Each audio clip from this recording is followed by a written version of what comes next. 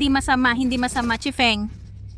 Karapat-dapat ka talaga sa reputasyon mo bilang pinakamahusay na mamamatay tao. Ang pinakamahusay kong mamamatay tao. Sa lahat ng mga taon, ikaw ang unang tao na nakipaglaban para makarating sa akin ng mag-isa.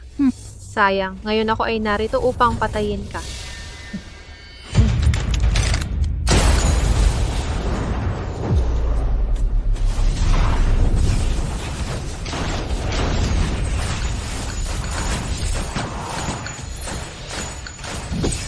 Ay.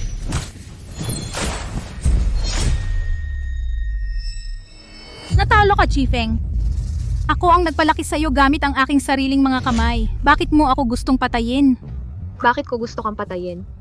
Nakalimutan mo na ba? 5 taon na ang nakalipas, ikinulong mo ako at ang aking mga pinakamalapit na kapatid na babae sa isang silid at pinag-away kami hanggang sa mamatay.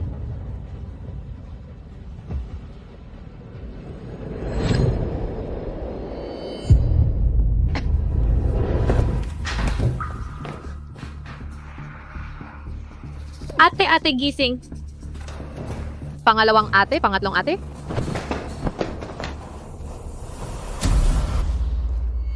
Ito ang iyong huling pagsusulit. Isa lamang sa inyong 4 ang maaaring mabuhay. Kung walang mananalo sa loob ng 5 minuto, mamamatay kayong lahat dahil sa nakalalasong gas.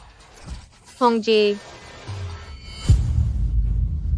Kailangan nating humanap ng paraan para makalabas. Tayo ay magkapatid sa panunumpa. Hindi ako makikipaglaban sa inyong sinuman. Dapat may ibang paraan. Nene, makinig ka sa akin. Ikaw ang may pinakamaraming talento sa aming 4. Dapat kang mabuhay. Ikaw ang aming pag-asa. Naintindihan mo ba?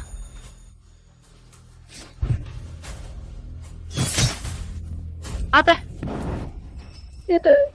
Ate,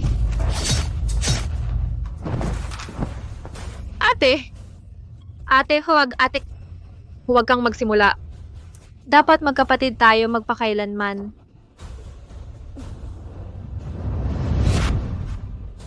Ate, Ang aking ate. Pangalawang ate. Pangatlong ate ay matagal nang naghihintay sa iyo sa kabilang buhay. Ipinadadala kita ngayon para sumama sa kanila. sandali. Huwag mong kalimutan, bawat isa sa iyong mga mamamatay tao ay tinurukan ng virus. Kung wala ang antidote sa loob ng 3 buwan, mamamatay ka. Patayin mo ako at hindi ka rin mabubuhay. Sa puntong ito, hindi na mahalaga kung mabubuhay ako o mamamatay. Ang mahalaga ay mamatay ka.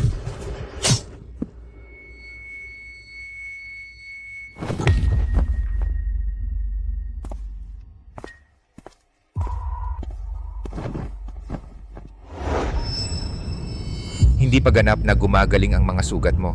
Bakit ka nagmamadaling bumalik sa bansa? 2 buwan na lang ang natitira sa akin. Mas mabuting bumalik at ayusin ang mga bagay habang kaya ko pa. Ayusin ang mga bagay? May pamilya ka ba sa inyong lugar? Pamilya? Oh, syempre meron. Bitawan mo ako.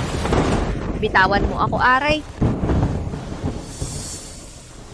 Tiya, nagmamakaawa ako sa iyo. Huwag mo akong ipagbili sa ibang bansa. Patay na ang nanay ko. Kung ipagbibili mo ako sa ibang bansa, mamamatay ako, tiya. Noon, ang tatay mo ay nagpakasal lang sa nanay mo dahil sa yaman at katayuan ng lolo mo sa ina. Ngayon, lahat ng pag-aari ng lolo mo ay sa amin na. Hayaan mong sabihin ko sa'yo, ikaw at ang nanay mo ay kahihiyan sa pamilyang ito. Ayaw ka nang tingnan ng tatay mo. Tiya, pwede akong umalis, pwede akong lumayo. Nakikiusap lang ako, huwag mo sanang hayaan na dalhin nila ako. Huwag mo akong ipagbilin sa ibang bansa. Nakikiusap ako, Tiya. Ikaw na maliit na paslit, patay na ang nanay mo. At ngayon gusto mong agawin ang tatay ko sa akin, ha? Aray!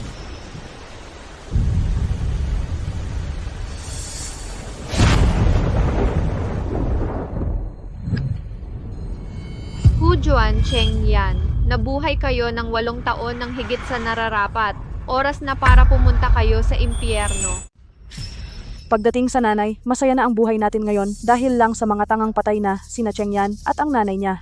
Ha, kung hindi nagpakumbaba ang tatay mo noon at naghintay na mamatay ang nanay at lolo niya, nasa probinsya pa rin tayong lahat na naghihirap. Totoo yan, ibig sabihin swerte tayo.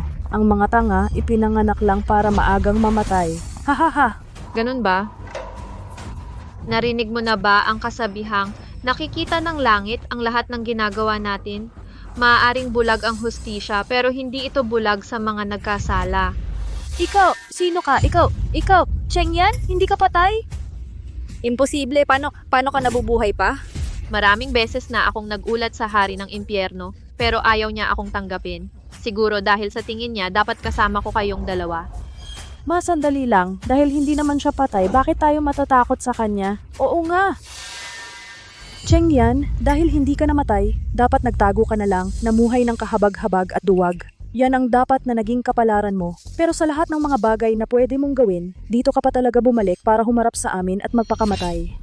Ang tagal mo bang nawala sa labas at naging tanga ka na? Nakalimutan mo na ba na lahat ng bagay sa pamilya Cheng ay sa amin na ngayon? At ikaw? Wala ka. Walang tumutulong sa'yo, walang kapangyarihan, walang pera, kaya ka naming durugin kahit kailan, kahit paano. Ha, mga bodyguard. Mga walang kwentang tanga, hinayaan yung pumasok itong hamak na to. Ano ba ang silbi ninyo? Inuutusan ko kayo ngayon, baliin nyo ang mga binti niya. Ngayon din, Opo, miss, ang tanga-tanga pa rin kahit nakaligtas siya. mas tanga pa rin siya kaysa sa lupa. Hahaha. Ay, Diyos ko. oh.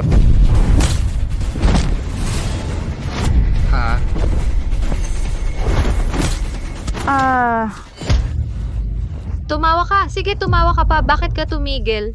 Ano ang ginagawa mo? Hindi mo naman kami papatayin, di ba? Tama. Narito ako ngayon para ipadala kayo sa impyerno. Pero bago ko kayo patayin, magpapasarap muna ako at papahirapan kayo. Binabalaan kita, huwag mong gagawin yan. Hindi ba't balak niyong baliin ang mga binti ko? Sige, hayaan mong maranasan mo muna kung ano ang pakiramdam ng mabalian ng binti. Aray, teka na, huwag mo na akong paluin. Ha? Nagmamakaawa ka? Akala mo karapat-dapat kang lumuhod sa akin? Noon, nang ipagbili mo ako sa organisasyon ng mga mamamatay tao, naisip mo ba na darating ang araw na ito? Tama na. Wala akong oras para maglaro sa inyong mag-ina. Mamatay ka na lang kung gayon. Master Joe, nagkamali ako. Huwag mo akong patayin. Ay, Kung gayon, sa impyerno ka humingi ng tawad sa nanay ko. Sandali.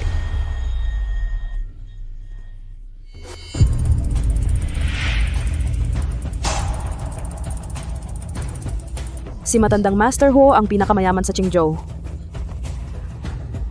Ang pamilya Huo, wala akong pakialam kung bakit ka nandito. Binabalaan kita ng isang beses lang. Umalis ka rito. Ngayon din, kung hindi, papatayin din kita.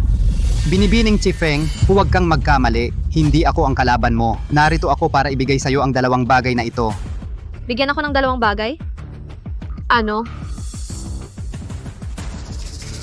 Ang dokumentong ito ay kasunduan sa paglilipat ng shares. Nakapaloob dito ang 60% ng shares sa kumpanyang naiwan ng iyong ina. Sa paglipas ng mga taon, sa iba't ibang paraan, binili ko ang mga ito mula sa iyong ama.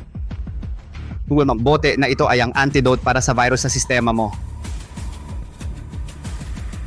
Binibini pakitanggap mo ang mga ito.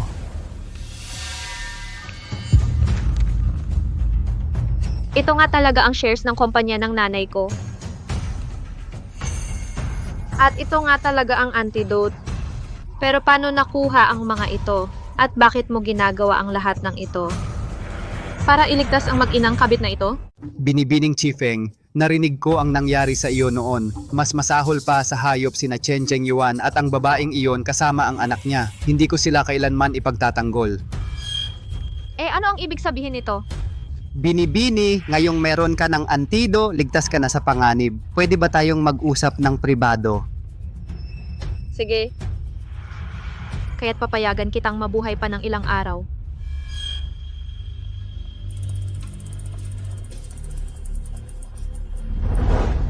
Ginoong Huo, kaya ang kondisyon sa pagbibigay mo sa akin ng dalawang bagay na ito ay pakasalan ko ang apo mong si Huo Jiansheng? Binibini, huwag kang magmadaling tumanggi. Sa totoo lang, hindi mo dapat tanggihan. Makinig ka muna. Kung hindi mo iinumin ang antido, tiyak na mamamatay ka.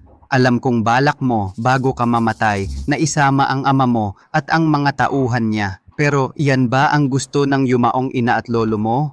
Bukod pa riyan, ang pagpatay sa kanila ng direkta ay parang napakadali para sa kanila. Ituloy mo. Pwede nating subukan ang ibang paraan para maghiganti. Halimbawa, inumin mo ang antido, mabuhay ng mahaba at malusog at kunin ang kumpanya ni Chen Jingyuan. Siya at ang babaeng yon kasama ang anak ay palalayasin at mamuhay sa kahirapan habang buhay. Hindi ba't mas magandang paghihiganti iyon? Talagang mabagsik ang ganyang paghihiganti. Pero Higit sa lahat, nakipagsabuatan si Chen Jingyuan sa anak ng panganay kong kapatid. Naghihintay lang silang mamatay ako para mapatay nila ang apo ko at kunin ang lahat ng pinaghirapan ko. Kaya, ang apo ko at ikaw ay may iisang kaaway. Magiging kapaki-pakinabang ito para sa ating dalawa. makatwiran naman ang sinasabi niya. Hindi ako nagkakautang ng pabor kanino man. Pwede akong pumayag na pakasalan ang apo mo at protektahan ang pamana ng pamilya ko. Pero Magaling, binibining Chi Feng. Kung papayag kang pakasalan ang apo ko, papayagan ko ang anumang kondisyon mo. pakitang tao lang ang kasal na ito. Pagkatapos kong matulungan ang apo ninyong makuha ang mana ng pamilya Huo at mapatalsik si Chen Jingyuan at ang kanyang mga tauhan, hihiwalayan ko siya. Mabuti. Kung gayon, magpatuloy po kayo sa mga paghahanda. Dahil maikli lang ang oras ninyo, uunahin ko muna ang mga bagay-bagay ninyo. Salamat, binibining Chi Feng.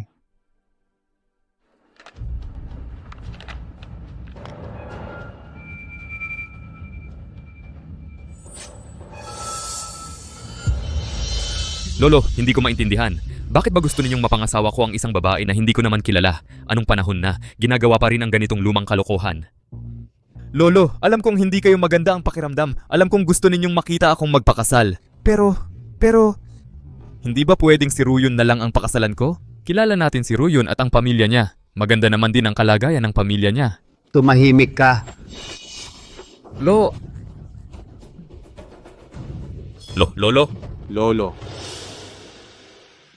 Lolo, anong nangyari? Huwag niyo akong takutin! Hindi mo kailangang maintindihan kung bakit kita ipinakakasal kay Binibining Chen. Kailangan mo lang malaman na ginagawa ng iyong lolo ang lahat ng ito para sa iyo. Naiintindihan mo ba? Ginoo, sundin na lang po ninyo ang mga paghahanda ng matandang Panginoon. Ang Panginoon ay wala na talagang gaanong oras. Sige, Lolo, susundin ko kayo. Gagawin ko ang lahat ng sinasabi ninyo, Lolo. Mabuti. Yan ang mabuting apo ko. Ngayon, umalis ka na at kumuha ng marriage certificate kasama si Binibining Chen. Ngayon na. Opo, Lolo. Aalis na ako ngayon. Magpahinga po kayo.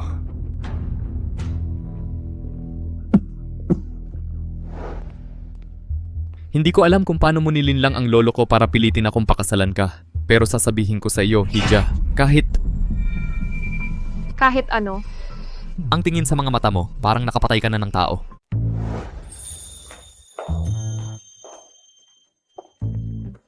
Tumigil ka. Ano?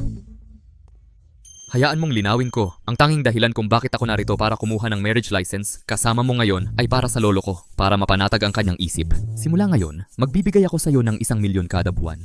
Tungkol naman sa ibang bagay, ang ginagawa ko o hindi, wala kang karapatang magtanong. Naiintindihan mo? Hindi ako natakot kahit kanino o sa anuman, kaya bakit kaya ang titig ng babaeng ito ay nakakagulat sa akin? Narinig mo ba ang sinabi ko?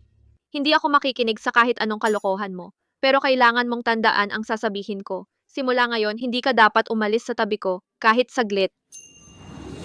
Hindi umalis sa tabi mo kahit saglit? Baliw ka ba? Alaga ba kita o ano?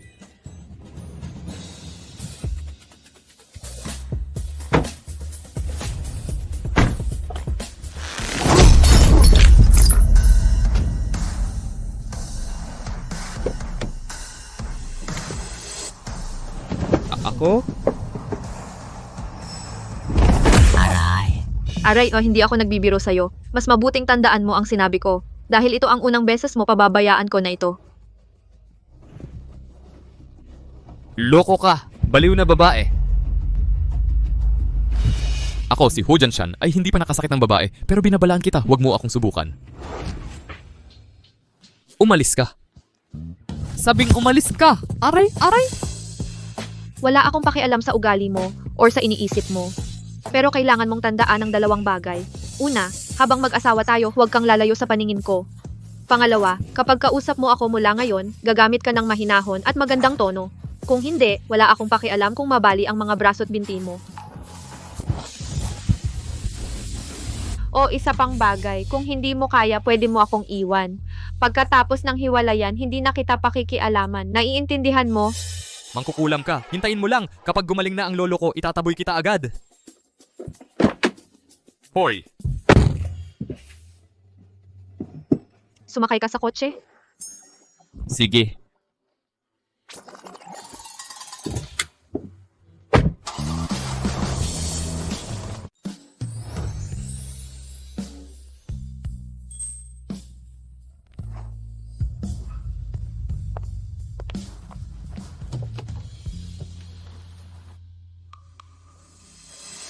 Hoy, Wuyon, anong ginagawa mo rito? Hindi ba't malinaw na sinabi ko sa'yo? Gago ka! Anong lakas ng loob mong paluin ako? Alam mo ba kung sino ako? Wala akong pakialam kung sino ka. At wala akong pakialam sa anumang nangyari sa inyo noon. Sa ngayon, akin siya. Ako lang ang pwedeng manakit sa kanya. Naiintindihan mo? Itong manloloko. Kapag narinig ko pang manloloko mula sa bibig mo, papatayin kita. Umalis ka na. Ako. Wala namang anuman sa pagitan namin. Nagkakagustuhan lang noon. Hindi naman talaga kami naging magkasintahan. Hindi mo kailangang magpaliwanag sa akin. Wala akong pakialam sa nangyari bago ang kasal. Anong klaseng babae ang napangasawa ko? Walang emosyon, parang robot. Hello? Nalaman mo na? Ano? Si Cheng yan? Yung anak ng pamilyang Cheng na bigla na lang nawala noon? Oo, yung panganay na anak na babae. Ipadala mo sa akin ang detalyadong impormasyon tungkol sa kanya. Siya nga talaga. Sabihin nyo sa teacher. Oh, sabihin nyo sa teacher. Sabihin nyo sa teacher. Sabihin nyo sa teacher. Sabihin nyo sa teacher. Sabihin nyo sa teacher. Sabihin nyo sa teacher. Sabihin nyo sa teacher. Oo. Tumigil kayo. Tigil na yan. Putang ina mo. Dito ka lang. Huwag kayong lalapit. Tinawagan ko na ang pulis. Hintayin mo lang. Aalis na ako.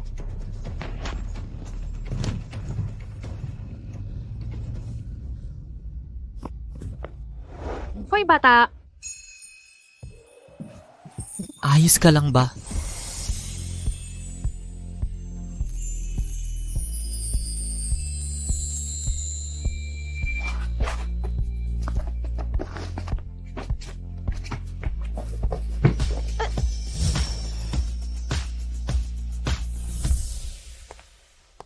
Ay. Hoy, Pasensya na, hindi ko sinasadya.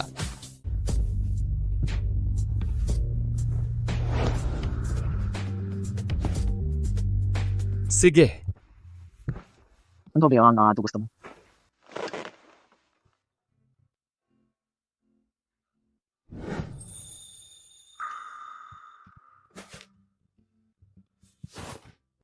Cheng yan, ang dami mong ang pinagdaanan nitong mga nakaraang taon, di ba? Diretso na. Cheng yan, naaalala mo pa ba nung nasa eskwelahan tayo, sa eskinita na yon, sinagip mo yung kaklase na pinagbubugbog? Nahihiya akong aminin sa'yo noon. Pagkatapos, pumunta ako sa silid-aralan mo para hanapin ka, para magpasalamat at nalaman kong nawala ka na. Hindi ko naaalala. Kahit na nangyari man yun, huwag mo nang isipin. Wala yun. Ako, Cheng yan, sa lahat ng mga taong yon, laging kong gustong personal na magpasalamat sa'yo. Noon, ikaw mismo ay isang walang kalaban-labang babae noon na tumayo at magligtas sa akin sa ganong delikadong sandali. Dapat ay nangangailangan yon ng napakalaking tapang at ang tigas ko sa'yo. Pagkatapos, narinig kong may nangyari sa pamilya mo kaya Ako, ano ba talaga ang gusto mong sabihin? ang gusto kong sabihin, kahit na pinilit ako ng lolo kong pakasalan ka dahil mag-asawa na tayo ngayon, talagang gagawin ko ang lahat ng makakaya ko para maging isang mabuting asawa, para alagaan ka at mahalin ng maayos. Tigilan mo na ang pagiging mapagmataas. Formalidad lang ang kasal natin. Pagdating ng panahon, talagang aalis ako. Matulog ka na.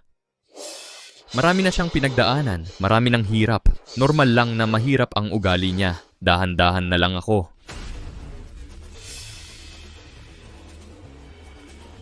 Hello? Itong putang ina ka. Kaya pala hindi ka namatay at umuwi ka na pala sa bansa, ha? Nagmamataas ka na ngayon, ano? Umuwi ka at agad na binali mo ang mga paa ng kapatid mo. Binibigyan kita ng 10 minuto. Bumalik ka kaagad sa bahay ng pamilya. Kung hindi, sige.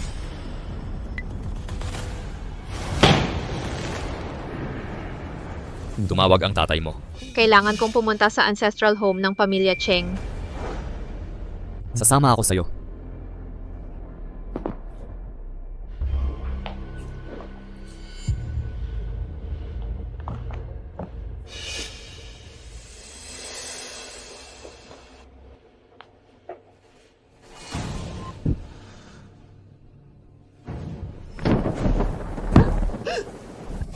Tay, nakikiusap ako sa'yo. Huwag mong hayaang ipadala ako ni tita. Nag-imbestiga ako. Isa itong organisasyon ng mga mamamatay tao. Kung ipadala ako doon, mamamatay ako. Tay. Kalokohan. Kung sabi kong pupunta ka, pupunta ka. Tay, nakikiusap ako sa'yo. Huwag ka nang muling magpakita sa harap ko. Ay, lumuhod ka. Sino ka ba para pagluhurin mo ako? Walang utang na loob na bata. Akala mo kung sino ka? Akala mo makakalaban mo ako, ang iyong sariling ama? Tigilan mo ang sermon mo. Chen Zhengyuan, gusto mong lumuhod sa'yo ang asawa ko? Sino ka ba talaga? Ho dyan, Shan. May kasabihan, kahit mabangis na tigre, hindi kakainin ang sariling anak. Pero sa alam ko, isang mahirap lang na taga-probinsya ang pinanggalingan mo. Narating mo lang ang kinaroroonan mo ngayon dahil sa pamilya ng biyenan ko. Hindi mo lang inagaw ang lahat ng ari-arian ng pamilya ng biyenan ko. Pinabayaan mo pang ang kabit mo at anak niya ang maghari sa kanilang tahanan. Pero ang pinakamasahol, ipinagbili mo sa ibang bansa ang asawa ko at ginawa mong impyerno ang buhay niya. Chen Zhengyuan, hayop ka! Kumpara sa'yo, si Chen Jimei ay parang dalisay at inosente. Papatayin kita ngayon! Siya, asawa mo? Tama! Si Cheng Yan ang asawa ko, ang asawa ni Hu Jianshan. Ipinaaalala ko sa'yo, alamin mo ang lugar mo. Kayang-kaya kang durugin ng pamilyang Hu na parang langgam. Durugin ako? Ha. Binata ho, malapit nang bumagsak sa'yo ang kapahamakan at napakatanga mong hindi mo ito nakikita. Katawa-tawa, kaawa-awa, ha. Kapahamakan sa akin? Alam mo ba ang sinasabi mo? Ayokong mag-aksaya ng salita sa isang tulad mong hangal, mga gwardiya. Bugbugin nyo, naghahanap ka ng gulo. Huwag kang matakot, nandito ako.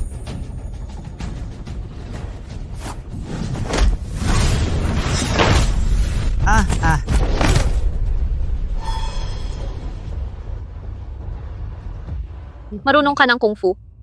Nag-aral ako ng kaunti. Nung sinuntok kita kaninang hapon, Ang mga kamao ko ay para protektahan ang asawa ko, hindi para saktan siya. Chen Zhengyuan, ngayon bibigyan kita ng leksyon para sa asawa ko at sa yumaong biyenan ko. Hayop ka! Ganyan ka magsalita sa akin, mga gwardiya. Bugbugin nyo hanggang mamatay. Okay lang, hayaan mo ako ang bahala.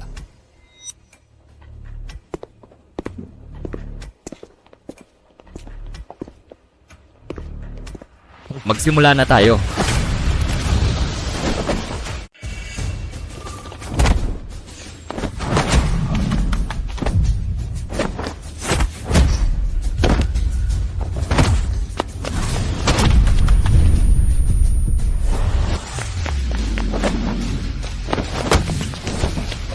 Aray!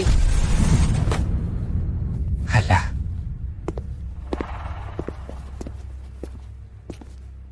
ayos ka lang? Okay lang ako. Maliit na galos lang ito. Mahal, dahil hindi ka komportable sa pakikitungo kay Chen Zhengyuan, ako na ang bahala sa kanya. Anong gagawin mo? Huwag kang gumawa ng kahit anong kalokohan. Chen Mengyuan, ikaw talaga. Kung hindi kita papaluin hanggang sa mapaihi ka ngayon, ako ang talo.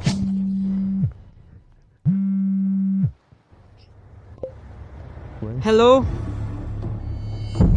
Ano-anong nangyari sa lolo ko? Sige, pupunta ako dyan.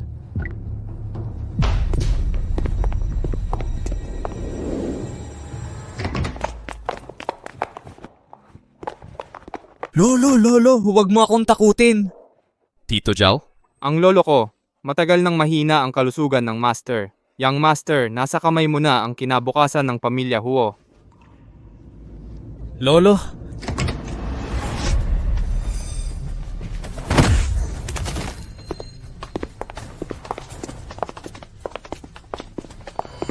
Pinsan Hu, anong ginagawa mo? oh Kuya Jiang-hu. Anong ibig sabihin nito? Hahaha. Sa wakas, malapit nang mamatay ang matandang gago na ito. Ang tagal kong hinintay ang araw na ito. Hu Jianhua, tao ka ba? Ganyan ka magsalita. Hahaha. Iminumungkahi kong alisin mo ang mga kamay mo sa akin. Kung hindi, babaliin ko ang mga binti mo sa 1 minuto. Kailangan mong magpaliwanag ngayon. Laging mabait sa iyo ang lolo ko, mabuti ang pakikitungo sa iyo. Ngayon, nakahiga siya sa kanyang kama na may sakit at sasabihin mong hinihintay mo lang ang sandaling ito? Ano ang ibig mong sabihin? Hahaha, ano ang ibig kong sabihin? Eksakto ang sinabi ko. Hayaan mong sabihin ko sa iyo, dati, dahil buhay pa ang lolo mo, ipinakita namin sa kanya ang ilang respeto. Kaya naman sumabay kami sa maliit mong palabas, para lang maging masaya ka. Pero ngayon, namamatay na siya, kaya babagsak ka rin kasama niya. Pumunta ka sa impyerno! Hahaha, baliin ang kanyang mga binti. Opo, sir. Huwag mong gawin yan! Umalis ka sa daan. Tito Joe, ito ay kalokohan. Oho, hindi ko inakalang may kasanayan ang binatang si Huo. Mukhang kailangan kong maging seryoso sa iyo.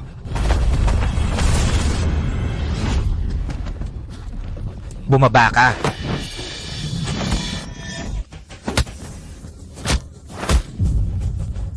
Ikaw, sino ka?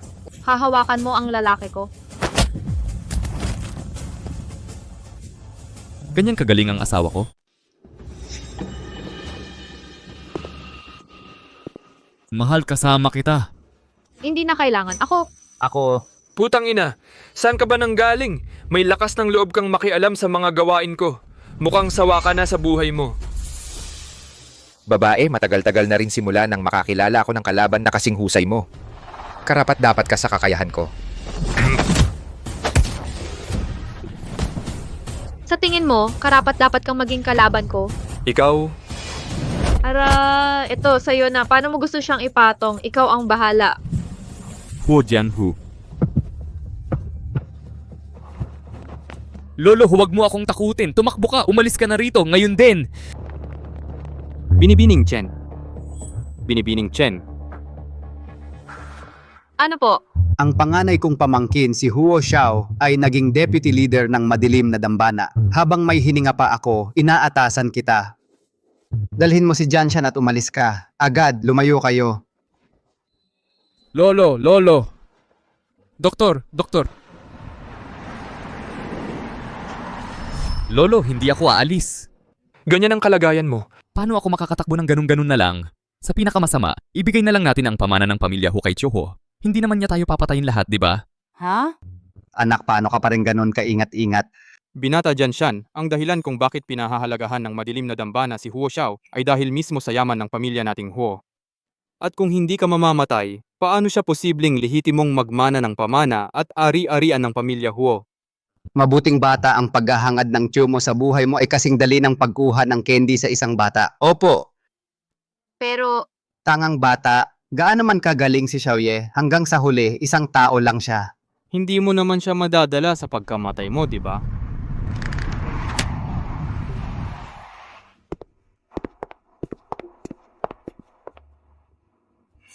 May nakalimutan ako sa kotse. Pasok ka muna at hintayin mo ako.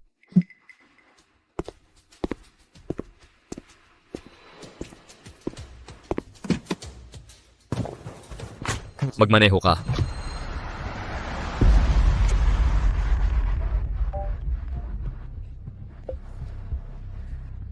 saan ka pupunta? Bumalik ka rito ngayon din. Pasensya na. Hindi ko kayang iwanan ng lolo ko. Ay, ang pagbabalik mo ng ganito ay pagpapakamatay. Xiaoye, may cheque ako na nilagay sa bulsa mo. Hindi naman kalakihan, 300 milyon lang. Pakikuha mo, ituring mo itong pasasalamat ko. Sa pagligtas mo sa akin sa eskinita noon, huwag kang ma-pressure dahil dito. Wala kang kinalaman sa mga problema ng pamilya Huo. Mahirap na ang unang 20 taon ng buhay mo. Kaya sana, simula ngayon, maging masaya ka na, magpakailanman. Xiaoye. Paalam.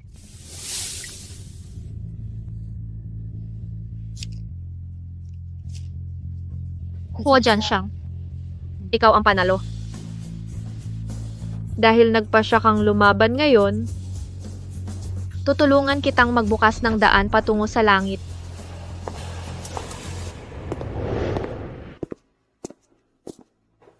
Umalis kayo. Gusto kong makita ang lolo ko. Papasukin mo siya.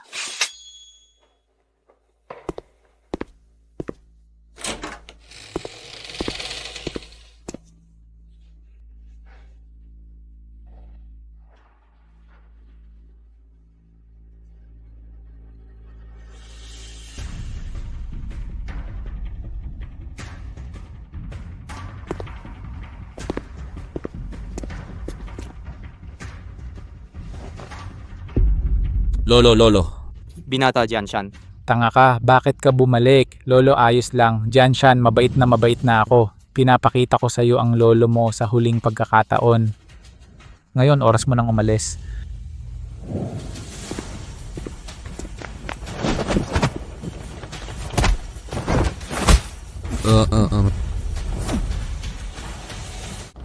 Pakawalan ng binata. Hayop kayo. Tio Zhao. Mga hayop! Kayong lahat ay mga hayop! Aray. Ikaw, paslit. Dapat magpakabait ka. Noong araw, ang lolo ko ay galing sa probinsya. Itinayo niya ang negosyo ng pamilyang Huo mula sa wala, gamit ang sarili niyang kamay. Pagkatapos, inilabas din niya kayong lahat mula sa probinsya. Binigyan niya kayo ng pera, binigyan kayo ng bahay, binigyan kayo ng koneksyon, binigyan kayo ng shares sa kumpanya. At ito ang kabayaran ninyo sa kanyang kabutihan, pagtataksil. Mas masahol pa kayo sa mga baboy at aso. Punyeta ka. Ano? May mali ba sa sinabi ko? Ang mga ginagawa mo ba ay gawa ng tao? Malibang murahin kita, hinahanap mo yan. Tigil. Tatay, May sasabihin ako kay Jianshan. Ikaw, umatras ka.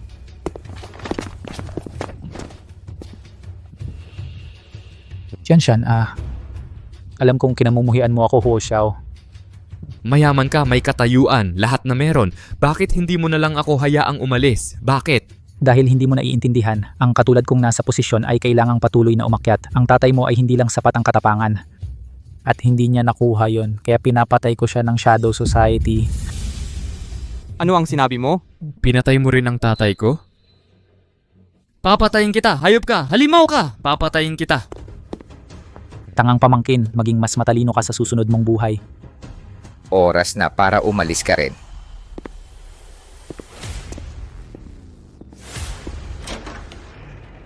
Itulak siya mula sa gusali, gawing mukhang pagpapakamatay.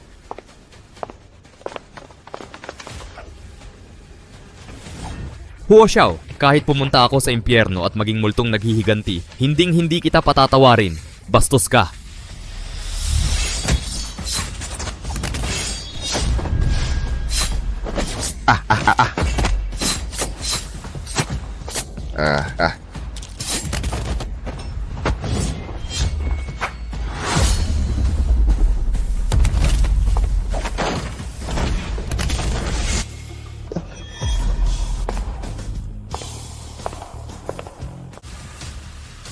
Pakawalan mo siya.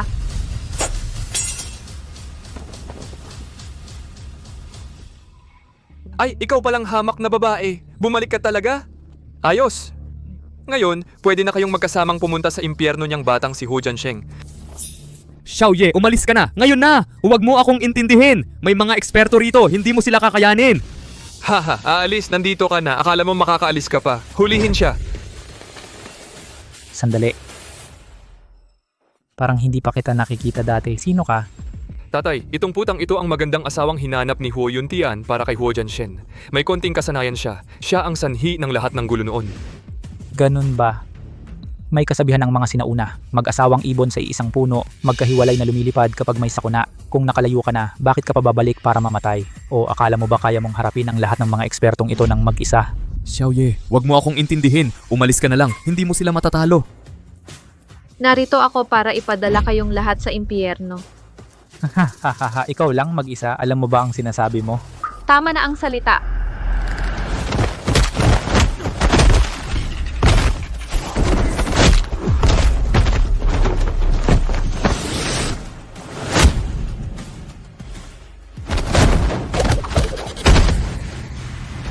Magaling ang galaw.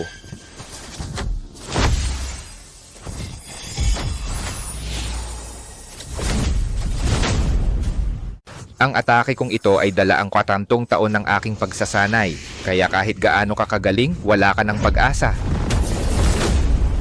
Ayos ka lang? Paano ito nangyari? Haha, kawili-wili. Sobrang interesante. Ang batang ito ay bata pa, ngunit ang kanyang pagsasanay ay bihira makita sa mundong ito. Karapat dapat siya para magtulungan tayong dalawa. Hahaha.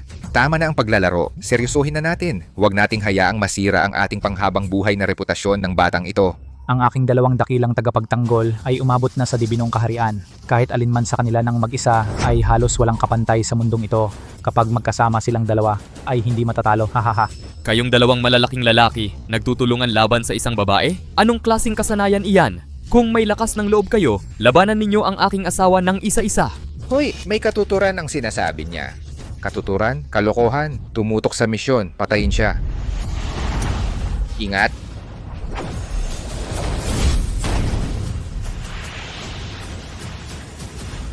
Dalawang eksperto sa dibinong kaharian. At yun lang. Sus Mariusep, kasalanan mo ito lahat dahil nagpapakitang gilas ka. Kung sabay lang tayong umatake mula pa sa simula, patay na siya ngayon. Huwag kayong magpanik, mga tagapagtanggol. Tutulungan ko kayo. Huo Janhu, ikaw ay kasuklam-suklam na duwag. Gusto mo yan? Aray! Mahal, tulungan kita. Hindi ko kailangan ang tulong mo. Tumayo ka dyan. Basta wag kang makialam. Kayo, patayin niyo siya. Mamatay ka.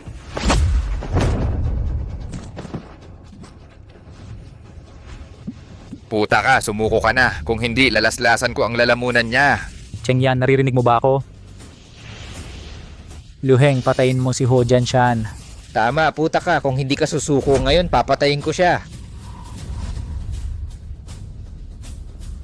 Dalawa, aray. Imposible. Buisit, kasalanan mo to dahil nagpasikat ka. Mahal, huwag mo akong alalahanin. Ano man ang gawin mo, huwag kang susuko. Bakit hindi mo pa siya pinapatay? Mukhang nag-isip ako ng masyado. Imposibleng magpapakatanga ang asawa ko para sumuko. Ika, akala mo hindi ako maglalakas loob? Tumigil ka nga. Patayin mo na siya. Pagkatapos, papatayin kita. Bibigyan kita ng dalawang pagpipilian. Una, patayin mo siya, tapos papatayin kita. Pangalawa, pakawalan mo siya. Ngayon din, bibigyan kita ng 3 segundo para magpasya.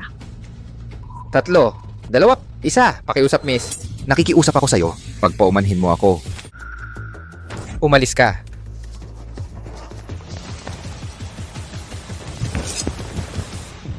Tatakas ka? Akala mo makakatakas ka pa? Ano naman ang gusto mo? Ano? Akala mo mapapatay mo kami? Hayaan mong sabihin ko sa'yo, labag sa batas ang pagpatay. Ang batas? Nang itutulak mo ako sa gusali kanina, bakit hindi mo binanggit na labag iyon sa batas? Jianshan, gusto mo akong patayin, maghihiganti para sa iyong ama. Hindi ko lang maintindihan, nang buhay pa ang aking ama, hindi ba siya mabuti sa iyo? Hindi ba siya sapat ang paggalang sa iyo? Bakit mo siya pinatay? Ang iyong ama, ang iyong lolo, pareho silang mabuti sa aking pamilya. Ang dahilan kung bakit ko siya pinatay ay dahil siya ay naging hadlang sa akin. Gusto kong manahin ang lahat ng yaman ng iyong lolo, kaya kailangan ninyong lahat na mamatay. Huo Xiao, mas marami kang pera kaysa sa magagastos mo sa ilang buhay. Paano ka naging ganito kasakim? Walang bakit sa mundong ito. Kung ang lahat ay mag-uusap tungkol sa pamilya, katwiran, at katapatan, paano magkakaroon ng masasamang tao sa mundong ito? Tama na.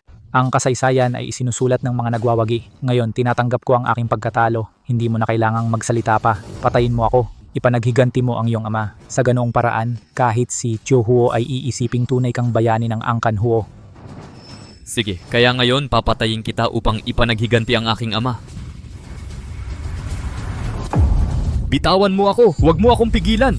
Bilang isang anak, dapat kong ipanaghiganti ang pagpatay sa aking ama. Hindi ito dapat gawin mo. Hayaan mo, ako na ang gagawa para sa iyo. Hindi.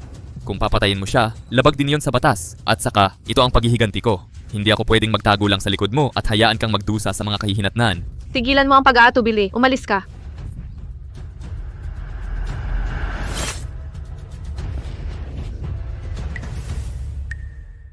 Anong ginagawa mo? Nababaliw ka na ba? Changyan, hindi ko alam kung anong pinagdaanan mo sa ibang bansa. Ngunit dito tayo sa atin. Sa kakayahan mo, maaari kang magkaroon ng anumang buhay na gusto mo dito. Ngunit kung kukunin mo ang kutsilyong iyon at sasaksakin mo siya, mawawala ang lahat sa iyo. Ibig mong sabihin, ayaw mo nang maghiganti. Kung ang paghihiganti ay nangangahulugan ng pagkalagas ng iyong kalayaan, ng pagbabayad sa ganoong halaga, hindi ko kayang tanggapin iyon. Hindi ko kayang pasanin ang bigat na iyon. Papatayin mo ba kami o hindi? Kung hindi, aalis na kami ng anak ko. Ikaw, Kawangis mo ang iyong ama, walang kwenta. Binigyan kita ng pagkakataon na patayin ako at hindi mo magawa. Kung ganon, magkikita na lang tayo sa susunod. Ngunit kapag nahulog ka ulit sa aking mga kamay, hindi ko na palalampasin ang buhay mo. Janhu, umalis na tayo. Tumigil kayo dyan. Sinabi ko bang pwede kang umalis? Ano? Gusto mo pa rin akong patayin? hoy, huwag kang padalos-dalos. Ilang taon na akong gumagala sa ilalim. Maraming kasalanan ang dumikit sa mga kamay ko. Pero wala pa akong nakatagpo na talagang hindi takot mamatay. Ibig sabihin, kulang pa ang nakita mo. Maliban na lang kung may mas nakakatakot pa kaysa sa kamatayan sa likod mo. Kung papatayin mo ako, gawin mo na. Kung hindi, tumigil ka ng pag-aksaya ng oras ko. Hindi kita papatayin. Pero nakakainis talaga ang ugali mo. Kaya pinagpasyahan ko na lang na siya ang patayin. Ha? Bakit ako ang papatayin? Tatay, tulungan mo ako. Ang may kasalanan ay ang salarin. Kung may bayag ka, sa akin ka lumaban. Pakawalan mo ang anak ko. Ano pa ang gusto mo?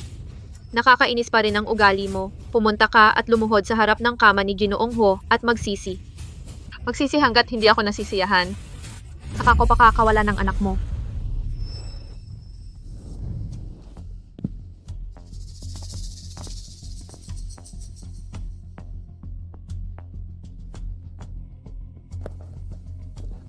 Oo. Sapat na ba ito ngayon? Siyempre hindi. Ano pa ang gusto mo? Ikaw, pumunta ka ron at magsisi ka rin.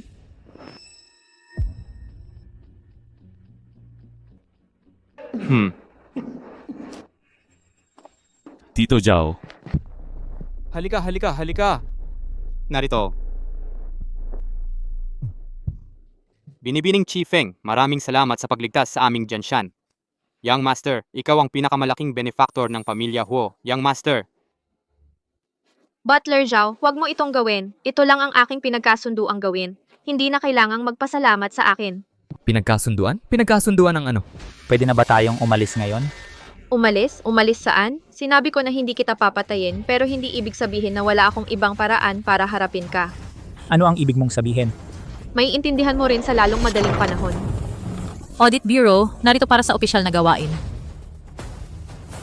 Arestuhin siya. Sa anong batayan mo ako inaaresto? Batayan? Ito ang ulat. Batayan? Sa batayan, na umupa ka ng mga mamamatay tao mula sa Shadow Society noon para patayin ang ama ni Huo Jianshan, si Huo Feng, at ikaw at ang iyong anak. Para sa lahat ng iba't ibang krimen na iyong ginawa sa nakaraang 1 o 2 taon, mayroon kaming ebidensya. Ilang panahon na naming iniimbestigahan ka. Maghanda kang mabulok sa bilangguan. Sandali, bakit na-alerto ang Criminal Investigation Bureau? Bakit? Pakawalan mo ako. Xiaoye, ang sarap makita kang muli.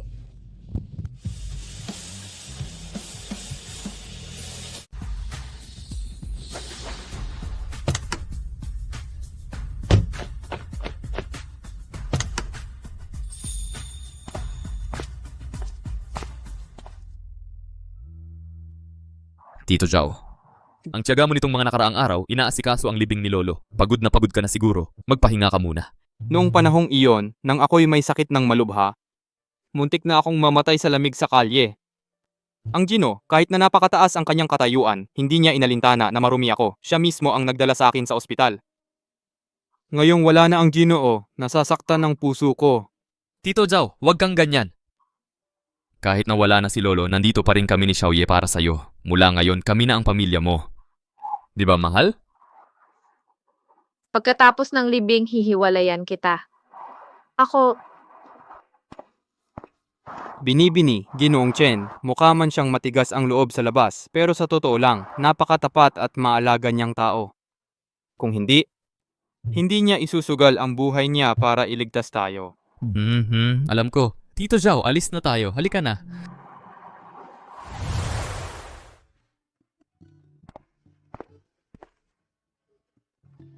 Hoy, Pwede ba tayong mag-usap? Sige, magsalita ka. Sabi mo pagkatapos mong tulungan ako sa mga problema ko, hihiwalayan mo ako. Totoo ba yon? Siyempre. Paano kung sabihin kong ayaw kong maghiwalay? Ang pagpapakasal ko sa'yo ay isang kasunduan lang sa lolo mo. Tapos na ang kasunduan, kaya syempre kailangan ko nang umalis. Pero, Huwag mong sabihin sa akin na sa maikling panahon lang, nahulog ka na sa akin. Ganun ba kababaw ang pagmamahal mo? bababaw? Hindi ko maintindihan. Bakit mo gagamitin ang isang masakit na salita para ilarawan ang nararamdaman ko para sa'yo? Kung tama ang naaalala ko, pinilit ka ng lolo mong pakasalan ako. Ibig sabihin ilang araw lang ang nakalipas, ang gusto mong pakasalan ay si Wang Ruyun pa rin. Tama ba? Ilang araw lang ang nakalipas, sa totoo lang. At ngayon, mahal mo na ako. Hindi ba bababaw ang pagmamahal mo? Pinakawalan ko si Wang Ruyon at pinakasalan ka. Dahil mas mahal ko ang lolo ko kaysa sa sarili kong nararamdaman. Alam mong mamamatay ka kung umuwi ka, nanatili ka pa rin sa tabi ng lolo mo. Kaya hindi ko pinagdudahan ang pagmamahal mo sa kanya. Hindi ko alam kung pag-ibig ba o ano pa man ang nararamdaman ko para sa'yo.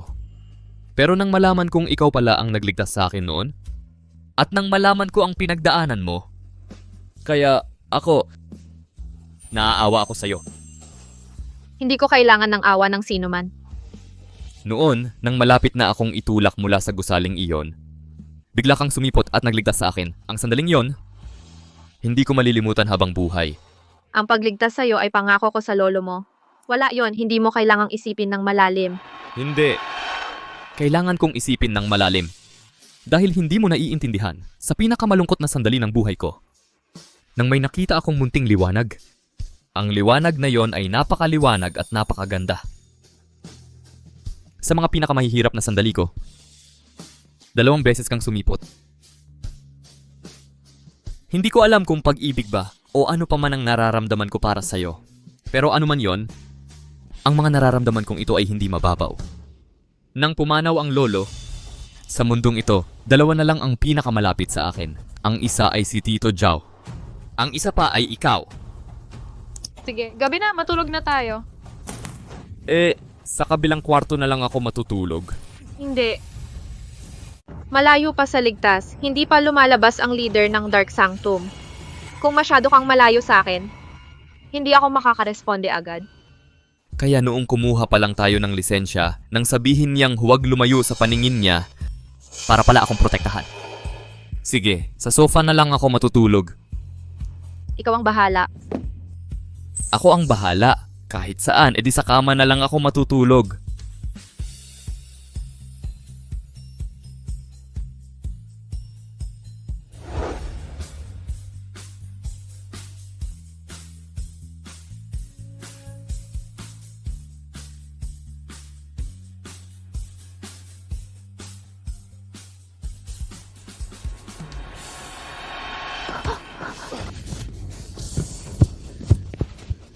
Tigil.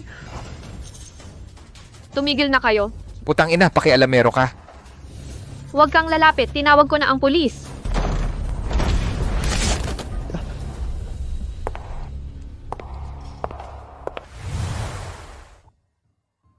Matulog ka na.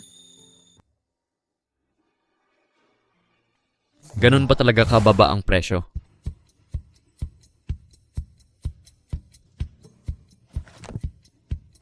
Ay, gising ka na. Nilagyan ko na ng toothpaste ang sipilyo mo. Nilagyan mo ng toothpaste ang sipilyo ko?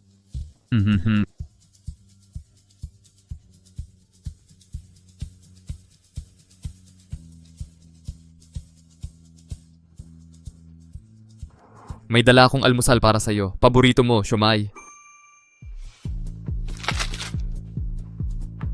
Ano ba nangyayari sa'yo? Nababaliw ka na ba? Lumabas ka para bumili ng almusal? Naghihintay lang na mahuli o mapatay?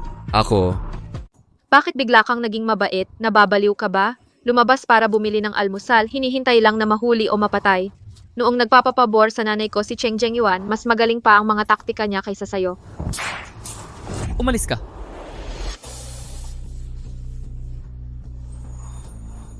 Hindi ako ang lumabas para bumili ng soup dumplings. Pinadeliver ko lang para sa'yo.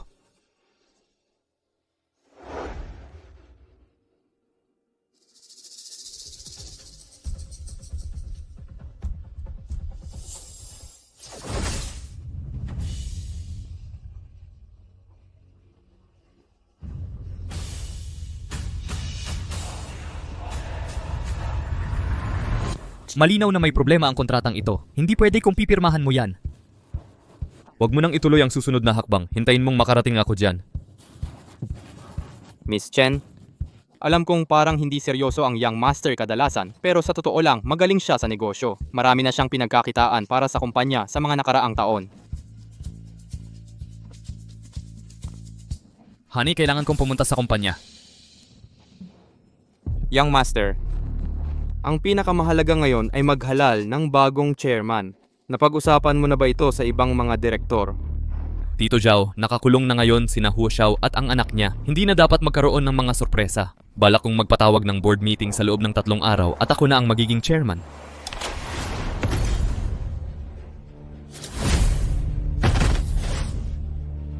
Magiging chairman? Si Huo Jianshan? May karapatan ka ba para dyan? Ha? Huo Xiao, nakalabas ka na? Pamangkin, totoo nga, ayos lang ako. Kakalabas ko lang ganito. Sana pinatay mo na lang ako noong araw na yon. Hindi na kailangan ng ganyang kaguluhan. Kung gusto kitang patayin, ngayon din ay pwede. Ano? Gusto mo ulit akong patayin? Sa galing mo, parang kasing dali lang ng pagkuha sa bulsa ang pagpatay sa akin. Sige, subukan mo. Gawin mo. Zheng Yuan, ang galing mong magpalaki ng anak. Napakagaling niya. Siya ang tunay na dragon ng inyong pamilyang Cheng. Paano ako naging swerte na magkaroon ng ganyang suwail na anak? Chen Zhengyuan, putang ina mo! Ang lakas ng loob mong tawaging suwail na anak ang asawa ko. Sa lahat ng kalokohang ginawa mo, ayaw ko na lang banggitin. Tingnan mo kayong dalawa. Ang isa, walang utang na loob. Nagnanasa sa ari-arian ng asawa, ipinagbibili ang sariling anak. Ang isa naman, gumanti ng masama sa kabutihan, pinatay ang kapatid para sa kayamanan. Kayo pang dalawang basura na magkasama, magkapareho talaga kayo ng ugali. Huo Jianshan, sa mundong ito, ang nananalo ang hari, ang talo ang kontrabida. Isa ka lang batang mayaman na pinanganak na may kutsarang pilak sa bibig. Wala kang alam. Pero kahit papaano, alam kong maging tao. Ikaw? Sa kasaysayan, sinong emperador ang hindi nadumihan ng dugo at karumihan ang mga kamay? Si Emperor Taizong ng Tang, sa insidente ng Xuanwu Gate, pinatay ang kanyang mga kapatid. Kinuha ang hipag, pinatay ang kanyang mga pamangkin. Pero sa kasaysayan, siya ay itinuturing na isang maalam na emperador. Ha ha ha. Ikukumpara mo ang sarili mo kay Emperor Taizong ng Tang? Itinayo niya ang kanyang imperyo sa sarili niyang mga kamay. Ano ang ginamit mo? Ginamit mo ang pagsakay sa tagumpay ng iba, ginamit mo ang kababuyan, ginamit mo ang kahihiyan. Tama na yon. Wala akong oras para asikasuhin ka nitong mga nakaraang araw. At ngayon, ikaw pa ang naghahanap ng gulo, di ba? Suwail kang bata ka, anong gusto mo? Papatayin mo ba ako? Ang katulad mo, pagpatay sa'yo ay madudumihan lang ang mga kamay ko. Sa huli wala ka pa ring magagawa sa akin. Kahit anong mangyari, ama mo pa rin ako. Sa harap ko, kailangan mong magpakumbaba at maging mabait. Kung hindi, wala kang utang na loob. Hayop. Chen Zhengyuan, wala kang hiya. Ganun ba talaga sa tingin mo? Siyempre. May 60% ka nga ng bahagi sa kumpanya ko. Ano naman, malapit nang maging tagapangulo ng Huo Group si Ji Huo. Pag nangyari yon, kukunin niya ang mga bahagi mo. Siya? Karapat dapat maging tagapangulo? Mangarap ka. Bakit hindi mo sila tanungin sino ang sinusuportahan ng mga direktor? Siyempre, lahat kami ay sumusuporta kay Senior Ji Huo. Susuportahan ba namin ang isang batang wala pang alam na tulad mo? Nagsasabi ng kalokohan ha. Naririnig mo yan, suporta ng nakararami. Mula nang pumanaw si Lolo, lahat sa pamilya Huo mula sa itaas hanggang sa ibaba ay sumusuporta sa akin bilang tagapangulo. Ikaw naman, maging kontento ka na lang sa iyong mga dibidendo. Kahit na baka hindi mo na rin matagalan ang mga dibidendong yon. 1,000,000 paraan ang meron ako para siguradong wala kang makuhang sentimo. Matandang salbahe ka. Ano, gusto mo na namang manuntok sa dami ng tao dito? Magandang balita yan para sa mga headline. Huo Xiao, ikaw? Ako ang pumatay sa ama mo. Ninakaw ko ang lahat ng ari-arian ng pamilya Huo. Anong magagawa mo? Ha ha ha ha. Bruha ka! Ang kapal ng mukha mong bugbugin ang matandang leader. Aray, aray. Kung gusto mo siyang bugbugin, bugbugin mo. Nandito ako, huwag kang mag-atubili. Ikaw, walang hiya kang anak. Saan ka ba natutong mambastos? Ngayon lang, paparusahan kita. Akala mo ba pareho pa rin ako ni Cheng Yan noon? Yung pwedeng bugbugin ng basta-basta at murahin ng basta-basta. Makinig ka. Tigilan mo ko. Wala ring mangyayari sa pagbugbog sa kin. Sa huli, di mo naman ako kayang patayin. Pwedeng kitang ipatawag sa pulis ngayon din. Mabubulok ka na lang sa kulungan habang buhay. Bago ka tumawag ng pulis, may ipapaalala ako sa'yo. Anong ibig mong sabihin? Ang anak mo ang sumalo ng lahat ng kasalanan mo, kaya nakalaya ka ng walang kaso. Pero hindi yon ideya ng anak mo. Gawa ng leader ng Dark Sanctum yon, di ba? Kalokohan. Huwag mong isipin na wala akong alam. Si Zhao Hongyan ang sinabi sa Qin ang lahat ng maaga. Nakakulong ngayon ang anak mo sa isang piitan.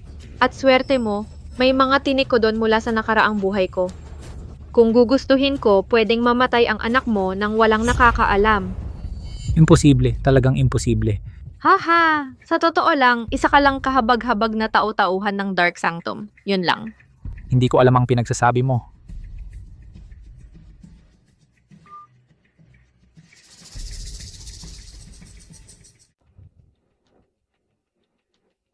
Tatay, pakiusap, huwag kang sumalungat kay Cheng Yan. Mamamatay talaga ako. Huwag ninyong patayin ng anak ko. Pakiusap. Huwag ninyong patayin ng anak ko. Binibining Chen ako. Pakiusap. Ikaw. Hayaan mo muna siya. Tingnan natin ang mangyayari. Ngayon, gusto mo pa bang tumawag ng pulis at ipaaresto ako? Ha? Hindi. Wow, ang asawa ko talaga napakamakapangyarihan. Bini, ano ba ang balak mo? Ako ang iyong ama, alam mo. Hindi ko naman balak mag-areglo sa iyo ngayon, pero dahil ikaw ang lumapit sa akin, walang ibang panahon kundi ngayon. Ano ang ibig mong sabihin? Ano ang gagawin mo? Ano ang pinakamahalaga sa iyo? Pera, kapangyarihan o katayuan? Ngayon aagawin ko lahat iyan sa iyo. Ikaw. Ano ba talaga ang ibig mong sabihin? Audit Bureau, narito kami para sa opisyal na gawain. Kapitan Zhao, bakit para lang sa kanya kayo nagtatrabaho? Narito ako para arestuhin ang mga kriminal. May problema ka ba dyan? Ikaw, huwag kang magpadalos-dalos. Arestuhin siya.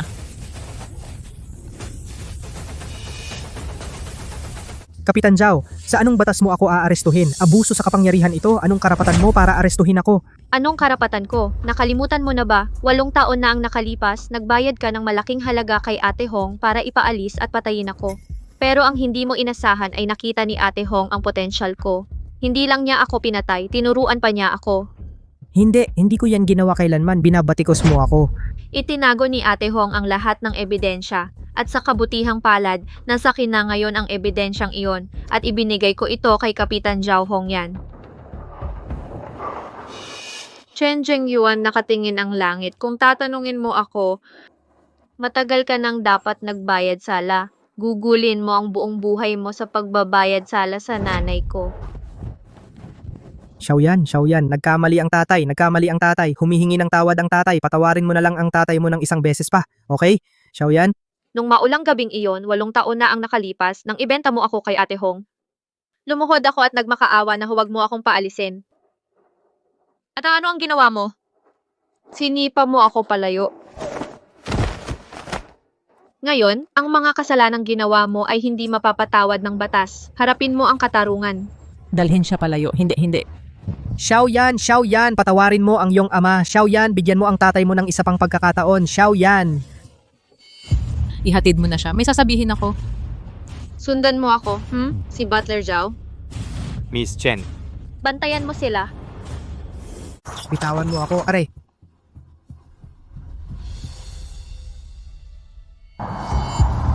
Xiaoyan. Sa lahat ng mga taong ito, sinusubukan naming hulihin ang mga miyembro ng Maitim na Dambana. Napaka-misteryoso ng leader ng Maitim na Dambana. Nakatago sa mga anino, siya ang kumokontrol sa lahat. Naiintindihan ko. Gusto mong tulungan mo akong hulihin ang leader ng Maitim na Dambana. Oo, ito pong leader ng Maitim na Dambana. Napaka-misteryoso niya at napakahusay sa martial arts. Napakahirap talaga siyang mahuli. Pero iba ka, ikaw ang pinakamahusay na mga ngaso. Huwag kang mag-alala. Kung hindi natin mahuli ang leader ng Maitim na Dambana, si Hua Jianshen ay mapapanganib din. Ayos, kung ganon. Kung may kailangan ka man, kontakin mo lang ako kahit kailan. Ginong Feng, ang dami ko nang narinig tungkol sa'yo. Kapitan Zhao, sobra naman po. Si Xiao Ye ang pinakamatalik kong kaibigan. Kung sakaling manghas kang apihin siya, parang hindi bagay sa'yo ang pahayag na yan. Sino pa sa mundong ito ang mga apik sa'yo? Umuwi ka na. Sige, paalam. Mahal, paano mo nakilala si Kapitan Zhao? Noong isang operasyon ng pag-aresto sa ibang bansa, ako ang nagligtas sa buhay niya. Ang galing ng asawa ko. Hay, kung ngumiti lang sa akin kahit minsan ang asawa ko, pwede na akong mamatay nang walang pagsisisi. Miss Chen, pwede na ba kaming umalis? Lahat maliban sa'yo ay pwedeng umalis. Senior Jiho, aalis na muna kami. Senior Jiho, kayong dalawa na lang ang mag-usap. Aalis na kami, oo. Tara na. Miss Chen, bukod kay Butler Chow, lahat ay umalis na. Wala nang ibang tao dito ngayon. Pwede kang magsalita ng diretso. Miss Chen, hindi ko alam ang pinagsasabi mo. Hindi mo maintindihan? Sige, ipapaliwanag ko ng malinaw. Noong nasa ospital ka, halos namamakaawa ka ng mamatay. Dahil alam mong pagkatapos magpumalya ang misyon, ikaw at ang anak mo ay maaring patayin ng leader ng Dark Sanctum. Gusto mong ang pagkamatay mo ay magdulot ng awa sa leader ng Dark Sanctum, sana'y patawarin niya ang anak mo, di ba? Bako hindi yun naisip. Ang galing ng asawa ko. Hindi ko alam ang pinagsasabi mo. Hindi mo pa rin naiintindihan, sasabihin ko ng mas detalyado. Pagkatapos mahuli kayo ng anak mo, nakita ng leader ng Dark Sanctum na mas mahalaga ka. Mas maganda para makontrol ang Hu Corporation. Kaya pinagbuhatan niya ng sisi sa lahat ang anak mo at pinagbantaan niya ang ibang mga direktor ng kumpanya para suportahan ka bilang chairman, di ba? Ako, Hindi pa rin maintindihan. Binibining Chen, ano ba talaga ang gusto mong sabihin? Ano ba talaga ang gusto kong sabihin? Nasa sa iyo yon. Pwede ka namang naghintay sa board meeting sa loob ng 3 araw para kumilos at maging chairman ng maayos. Kaya bakit ngayon ka pa pumunta rito para magpakita ng lakas? Ayaw kong maniwala na ganoon ka kawalang hinaharap. Ay, bakit hindi ko naisip yun? Huo Xiao, matandang tuso ka. Ano ba talaga ang balak mo? Binibining Chen, aminado ako, napakatalino mo. Para mas diretsahan, ayaw mong mamatay ang anak mo, pero takot na takot ka rin sa pinuno ng Dark Sanctum at hindi mo magawang lumaban. Kaya ako lang ang tanging paraan mo. Oo o hindi. Huo Xiao, talagang mapagplano ka. Noon ginamit mo ang Shadow Society para patayin ang nag-iisang anak ng Master. Ngayong nasa malaking problema ka na, gusto mo na namang gamitin ang aming binibining Chen? Binibining Chen, hanggat mapapatay mo ang pinuno ng Dark Sanctum, ako mismo ang magkukumpisal sa lahat ng kasalanan ko sa Audit Bureau. Kapag nangyari yon, baka makulong si Hu Jiansheng ng ilang taon. Kahit makalaya siya, wala ring magbabago. Pero kung hindi maaalis ang pinuno ng Dark Sanctum, wala sa inyo ang magkakaroon ng kapayapaan. Mas masahol pa ako sa patay at ang anak ko. Hindi ko inasahang ganito kalalim ang pagmamahal mo sa anak mo na gagawin mo ito para sa kanya. Bilang magulang, paano hindi mo iisipin ang kinabukasan ng anak mo? Kahit katulad mo, iniisip pa rin ang anak. Mahal, tapos na ang nakaraan. Kailangan nating tumingin sa hinaharap. Sige, pumapayag akong makipagtulungan sa'yo. Sabihin mo, nasaan na ngayon ang pinuno ng Dark Sanctum at paano ko siya mapapatay.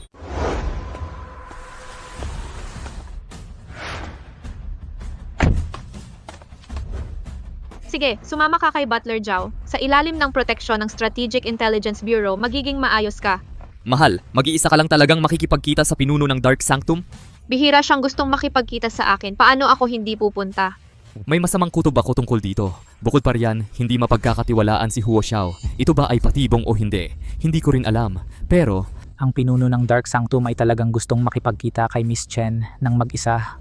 mahal, nararamdaman ko lang na baka patibong ang inihahanda para sa iyo ng pinuno ng Dark Sanctum. Baka hindi ka na lang dapat pumunta. Hindi na bago sa akin ang mga patibong. Bakit hindi na lang si Captain Zhao at ang kanyang team ang pumunta? Talagang hindi pwede. Malawak ang kakayahan ng pinuno ng Dark Sanctum. Kung maraming tao ang lalapit, madarama niya agad. Hindi siya magpapakita. Tatakbo lang siya. Eksakto, kung hindi ganoon kalakas ang pinuno ng Dark Sanctum, hindi magiging walang magawa ang Strategic Intelligence Bureau laban sa kanya. Pero, Tama na, desidido na ako. Ayokong magpaliban pa. mahal, paano kung sumama ako sa iyo? Kung sasama ka sa akin, iyon ang tunay na magiging huling hantungan.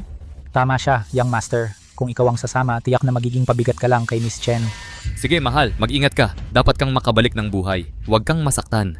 Sige, tama na ang pag-aalala. Iniwan ko siya sa pangangalaga mo. Huwag kang mag-alala.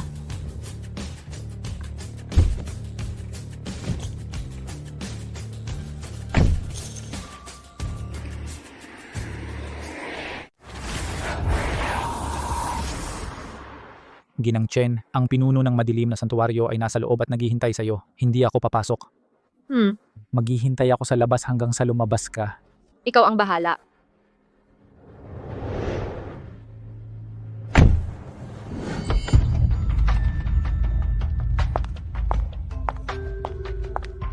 Ikaw ang pinuno ng madilim na santuwaryo. Tama. gusto mo akong makita, narito na ako. Binibining Chifeng, pambihira ka. Sa totoo lang, matagal na kitang pinagmamasdan.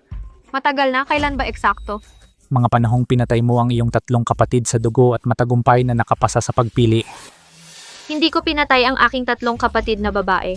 May pagkakaiba ba? Patay na rin naman sila at hindi kita pananagutin.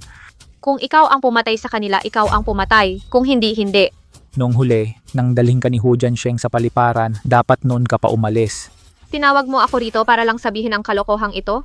Haha, syempre hindi. Nagbibili lang ako ng oras para ihatid ka sa iyong huling hantungan.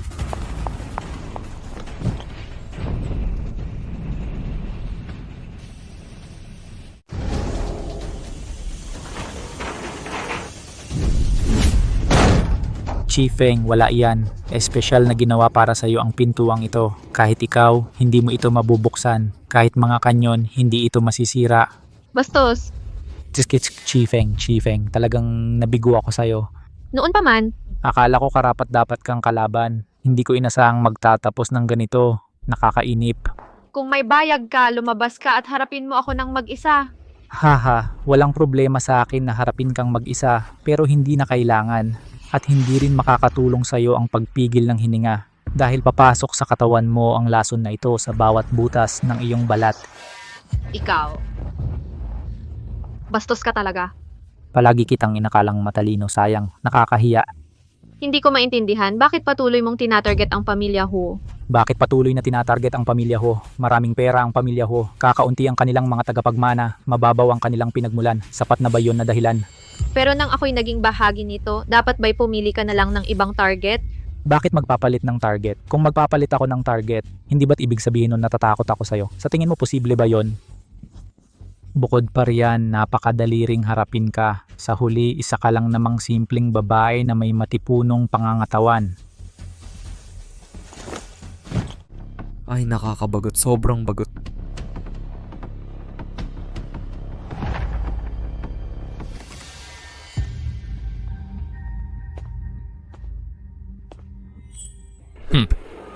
Chifeng o Chifeng.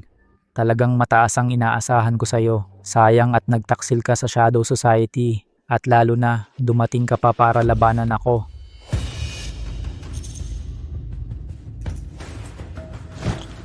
Huwag kang gagalaw. Paano ka nakaligtas? Alam mo ang husay ko sa pagbaril, hindi ka makakatakas. Sa ganitong distansya, walang makakapag-disarm sa akin. Mukhang hindi ka pa rin naniniwala sa akin. Sabi ko sa'yo, hindi ka makakatakas. Mahal, ayos ka lang ba? Nahuli na ba talaga siya? Xiao Hong yan. Walang gagalaw. Kung hindi, babaliin ko ang leeg niya. Xiao Hong yan, tanga ka ba? Binti lang ang tama sa kanya. Hindi pa nawawala ang kakayahan niyang lumaban. Hahaha, Chifeng o Chifeng, mukhang hindi mo ako mahuhuli ngayon. Ibaba mo ang baril ngayon din. Xiaoye, huwag kang mag-alala sa akin. Kailangang mapuksa ang cancer na ito ngayon din, ano man ang mangyari. Tumahimik ka. Pakawalan mo agad si Captain Zhao. Nakakagalit ito. Ako ang pinuno ang nagsabi sa iyong ibaba ang baril. Bingi ka ba? Hindi ako bingi, pero hindi ko ibababa ang baril. Kung may lakas ng loob ka, patayin mo si Xiao Hong yan. Akala mo ba hindi ako ang pinuno maglalakas loob?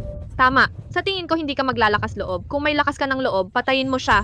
Katarantaduhan ito. Bakit hindi mo siya patayin, Chifeng? Ano ang gusto mo? Kung mamamatay ako rito ngayon, malinaw naman. Na isasama ko si Xiao Hong yan sa impyerno. Pakawalan mo si Xiao Hong yan. Bibigyan kita ng 5 minuto para tumakas. Akala mo ba paniniwalaan kita? Hindi mo kailangang maniwala sa akin. Kung ganoon, sige patayin mo si Hong yan.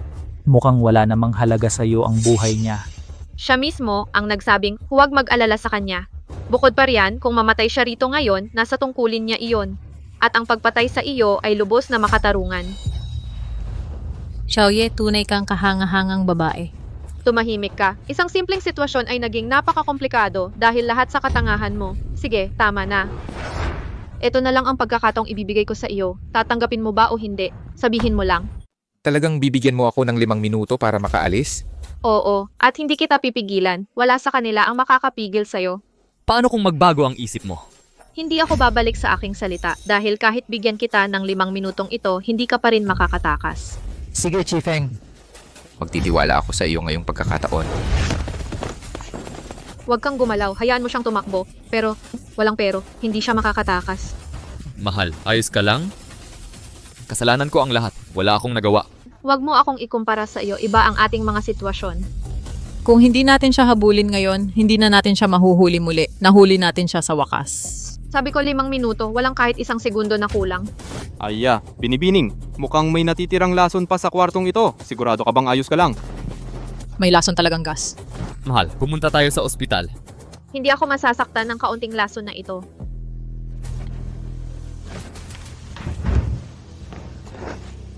Kaya kong isara ang aking paghinga at lahat ng aking mga pores ng mga halos kalahating oras. Kaya magiging ayos ako. Mabuti. Tapos na ang 5 minuto. Hintayin mo ako sa labas. Huhulihin ko siya. Hoy, mahal, mag-ingat ka.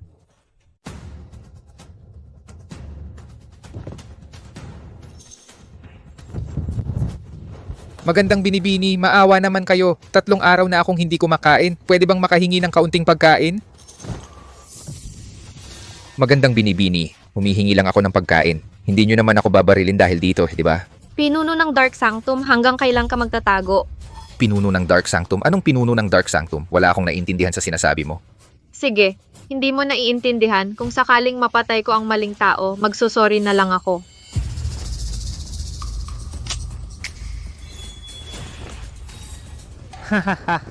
Hindi ko lang maintindihan paano mo ako natagpuan ng ganong kadali. Ang amoy mo. Mula noong unang pagkikita natin, naalala ko na ang amoy mo. Kahit saan ka tumakbo, mahahanap kita. Kahanga-hanga. Talagang kahanga-hanga. Chifeng, karapat dapat ang reputasyon mo. Hindi ko inaasahang gumaling ng ganun kabilis ang binti mo. Pinipilit lang.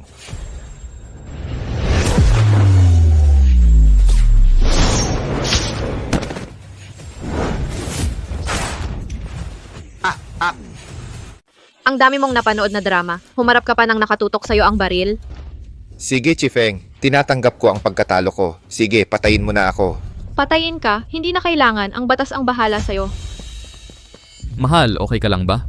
Okay lang ako. Ang galing mo, mahal. Pinuno ng Dark Sanctum, nahuli ka rin namin. Dalhin siya. Kung hindi dahil kay Chifeng, hindi nyo ako mahuhuli habang buhay. Dalhin siya pabalik para sa masusing pagtatanong. Kailangan nating mabilis na puksain ang natitirang puwersa ng Dark Sanctum. Huwag kang mag-alala. Kapitan Zhao, gusto kong magpasakop sa batas. Magpapasakop ka. Oh. Noon, ang pagkamatay ng pinsan kong si Hufong ay walang kinalaman sa anak ko. Lahat ng yon ay dahil sa kanya. Siya ang nakipagsabuatan sa akin. Siya ang nangudyok sa akin, nang akit sa akin. Sinubukan akong gamitin para makuha ang lahat ng ari-arian ng pamilya Huo. Dalhin siya.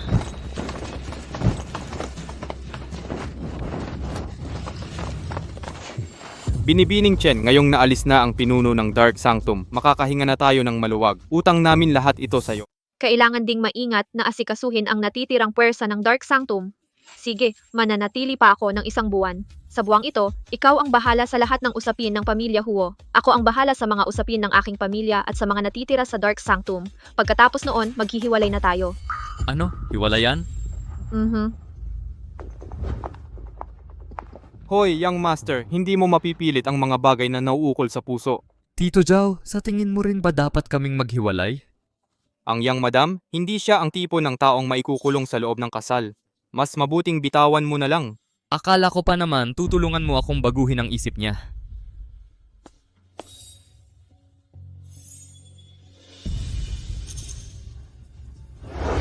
Ito ang pinakahuling balita mula sa aming istasyon. Ang Huo Corporation kasunod ng pagpanaw ng dating chairman na si Huo Yuntian, ngayong araw ay ang kanyang apo, si Huo Jianshan, ang nahalal bilang bagong chairman sa pamamagitan ng malaking mayorya. Ayon sa mga ulat, si Huo Jianshan, sa edad na 82 taong gulang lamang, ay nagpakita na ng kahangahangang talino sa negosyo. Naniniwala kami na sa kanyang pamumuno, ang Huo Corporation ay lalong tataas pa. Magandang umaga po, Chairman.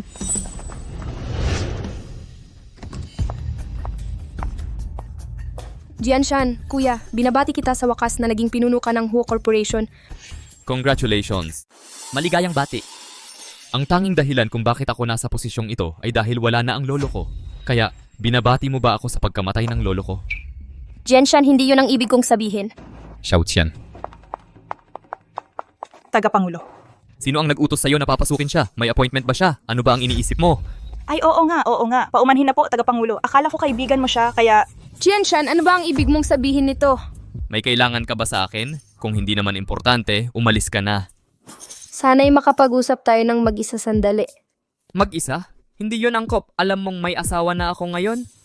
Dati pinilit ka ng lolo mong pakasalan ng putang iyon, pero ngayong wala na ang lolo mo, kaya...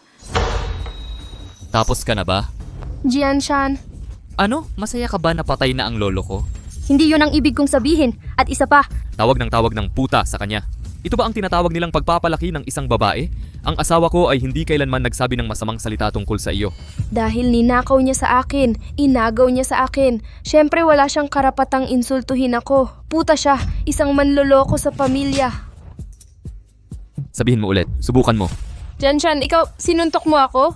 Binabalaan kita, huwag mong babuyin ang asawa ko. Kung hindi, sa tuwing makikita kita, hahampasin kita. Ikaw, Ngayon, hayaan mong linawin ko ito ng husto sa iyo. Bago ang lahat ng ito, hindi tayo kailanman opisyal na magkasintahan, kaya wala akong ginawang mali sa iyo. Kung sakaling nagbigay ako sa iyo ng maling akala, ay humihingi ako ng paumanhin sa iyo ngayon, pero makinig kang mabuti sa akin. Kasal na ako ngayon, mahal na mahal ko ang asawa ko, kaya pakiusap, umalis ka sa harap ko. Huo Jianshan, ayaw ko sa'yo.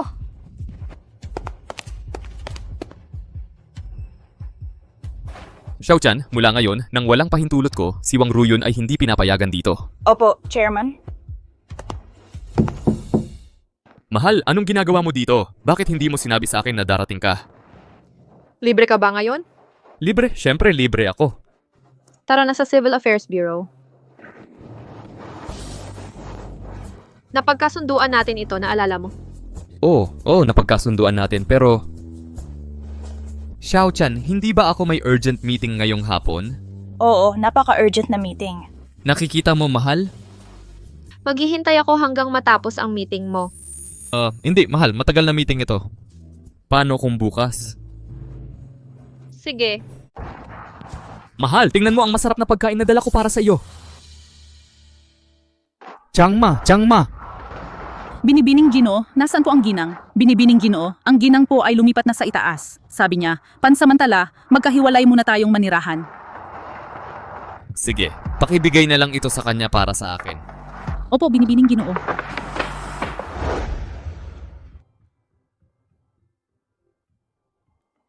Tito Zhao, umupo ka at kumain tayo.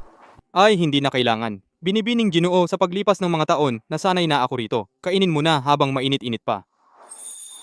Mahal, nagsasawa ka na ba sa almusal na ito? Paano kung ilabas kita para kumain ng talagang masarap na pansit? May libre ka ba ngayon? Ay nako, tingnan mo ang utak ko. Mayroon akong napaka-importanting meeting ngayon. Kailangan ko nang umalis.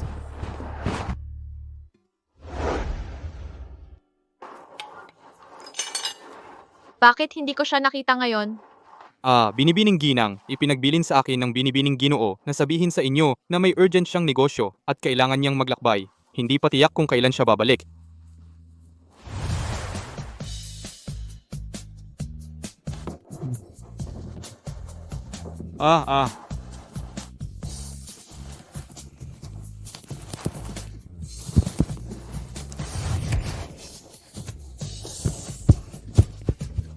Tigil.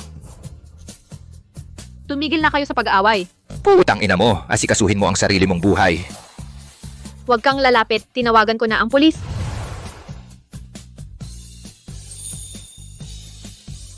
Naalala mo? Mahal.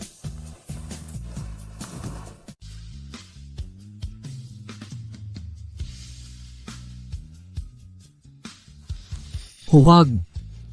Huwag kang umalis. Huwag tayong maghiwalay.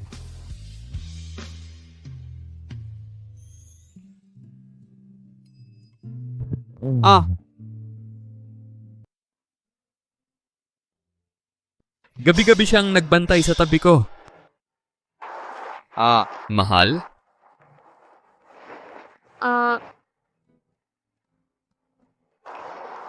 Gising ka na? Masakit pa ba ang ulo mo? Wala na. Mahal, pasensya na. Ako.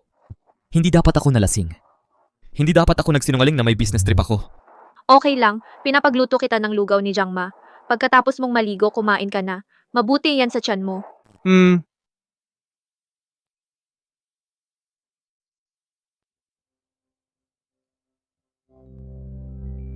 Pagkatapos nating kumain, pumunta tayo sa tanggapan ng sibil.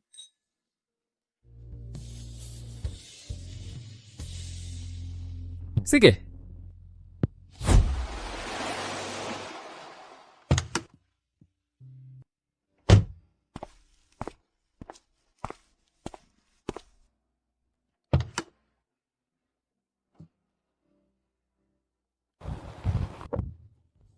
Hoy, Pwede ba talagang hayaan ko na lang?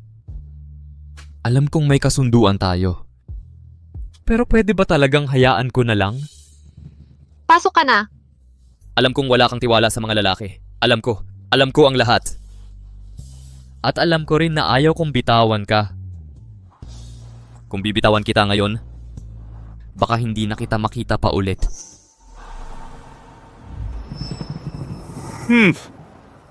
Chifeng, hindi mo inakala ako ang tunay na pinuno ng madilim na santuwaryo.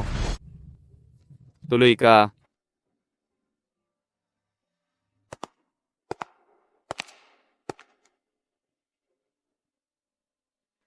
Kahit anong sabihin ko, kahit anong gawin ko, o ibigay, o ipangako, hindi pa rin magbabago ang isip mo?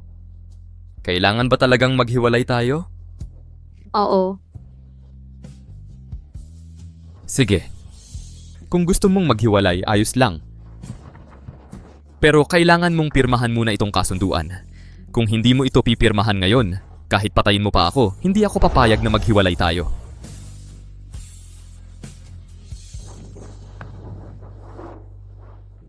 Ito'y 10% ng shares ng Who Corporation sa akin. Bilyon-bilyon ang halaga nito. Hindi ko ito matatanggap. Tulad ng sinabi ko, kung hindi mo pipirmahan, kahit patayin mo pa ako, hindi ako papayag na maghiwalay tayo. Hindi ko maintindihan kung bakit mo ito ginagawa. Ito ang utang ko sa'yo. Wala kang utang sa akin. Sabihin mo ang gusto mong sabihin. Ngayon, pumirma ka at tanggapin mo ang shares at maghihiwalay tayo. O uuwi ka sa bahay kasama ko. Hindi ko kailangan ang mga bagay na ito. Naintindihan mo ba? Nararamdaman ko lang na kung ibibigay ko ito sa'yo, mas magaan ang pakiramdam ko. Isipin mo na lang na makasarili ako, okay? Okay? Sige, pipirmahan ko.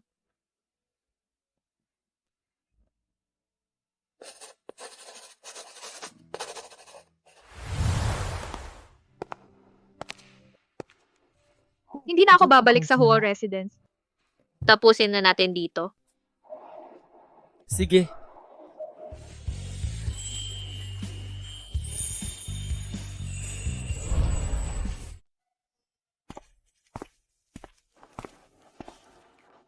Hindi na ako babalik sa bahay ng mga Huo.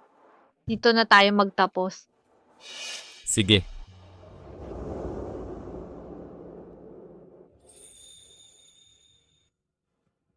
Chen Yi, salamat sa pagdating mo sa buhay ko.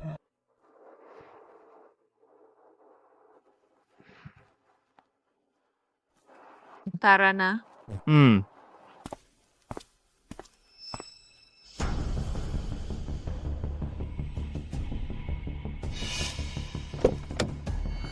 Saan ka pupunta? Isasakay kita. Salamat pero hindi na kailangan. Matagal na rin tayong magkakilala pero hindi pa kita nakikitang ngumiti. Pwede bang ngumiti ka para sa akin? Pasensya na. Hindi ako marunong ngumiti.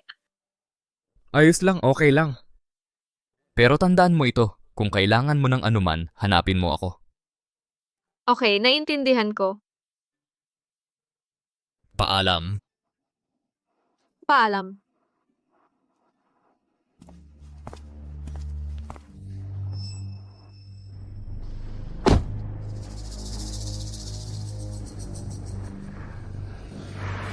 Ha ha ha, mabuti. Nagdiborsyo na rin. Panahon na para isara ko ang lambat.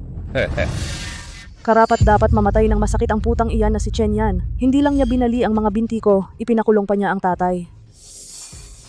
Dapat siyang mapunta sa impyerno tulad ng putang ina niya, dapat matagal na siyang namatay. Talagang bulag ang langit, pinabubuhay pa ang ganitong salot.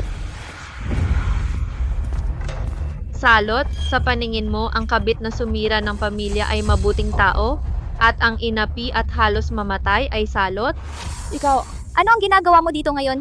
ano pa ang gusto mo? Tiyan, hindi ka ba titigil? Narito ako para magtapon ng 2 basura. Ano ang ibig sabihin nito? Tingnan mong mabuti. Paano ito nangyari?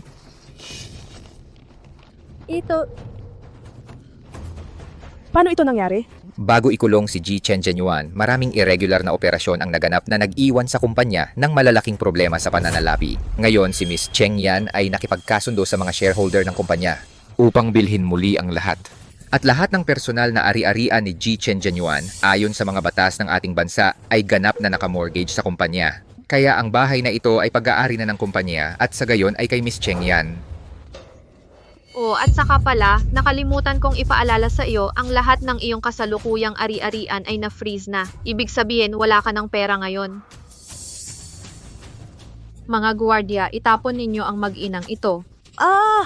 Xiaoyan, nagkamali ako. Pakibigyan naman kami ng pagkakataong mabuhay, okay? Yan, wala na kaming natitira. Kung palalayasin mo kami, ano ang gagawin namin? Noong panahon na yon, nang ipagbili mo ako sa organisasyon ng mga assassin at nagmakaawa ako sa iyo, naisip mo ba kung paano ako mabubuhay? Mga gwardiya, itapon ninyo sila. Chenyan, babayaran mo ito. Paghihiganti? Wuchan Cheng Yan? Ang lahat ng nangyayari ngayon ay paghihiganti sa inyo. Cheng Yan, kailangan ba talagang maging ganito kakawalang awa? Walang awa? Tama ka. Ngayon pa lang ang simula. Mula ngayon, may mga tao akong magbabantay sa inyo. Hindi na kayo magkakaroon ng magandang araw habang buhay. Ikaw, Lahat ng dati mong meron, nakuha mo yan gamit ang mga ari-arian na naiwan ng lolo ko at ng nanay ko. Ibinabalik ko lang kayo sa lugar na nararapat sa inyo. Mga gwardya, palayasin sila. hindi. Hindi, pakiusap.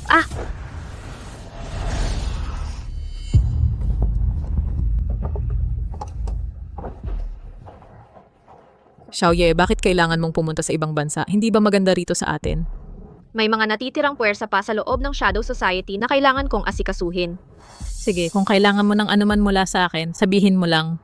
Okay, naiintindihan ko.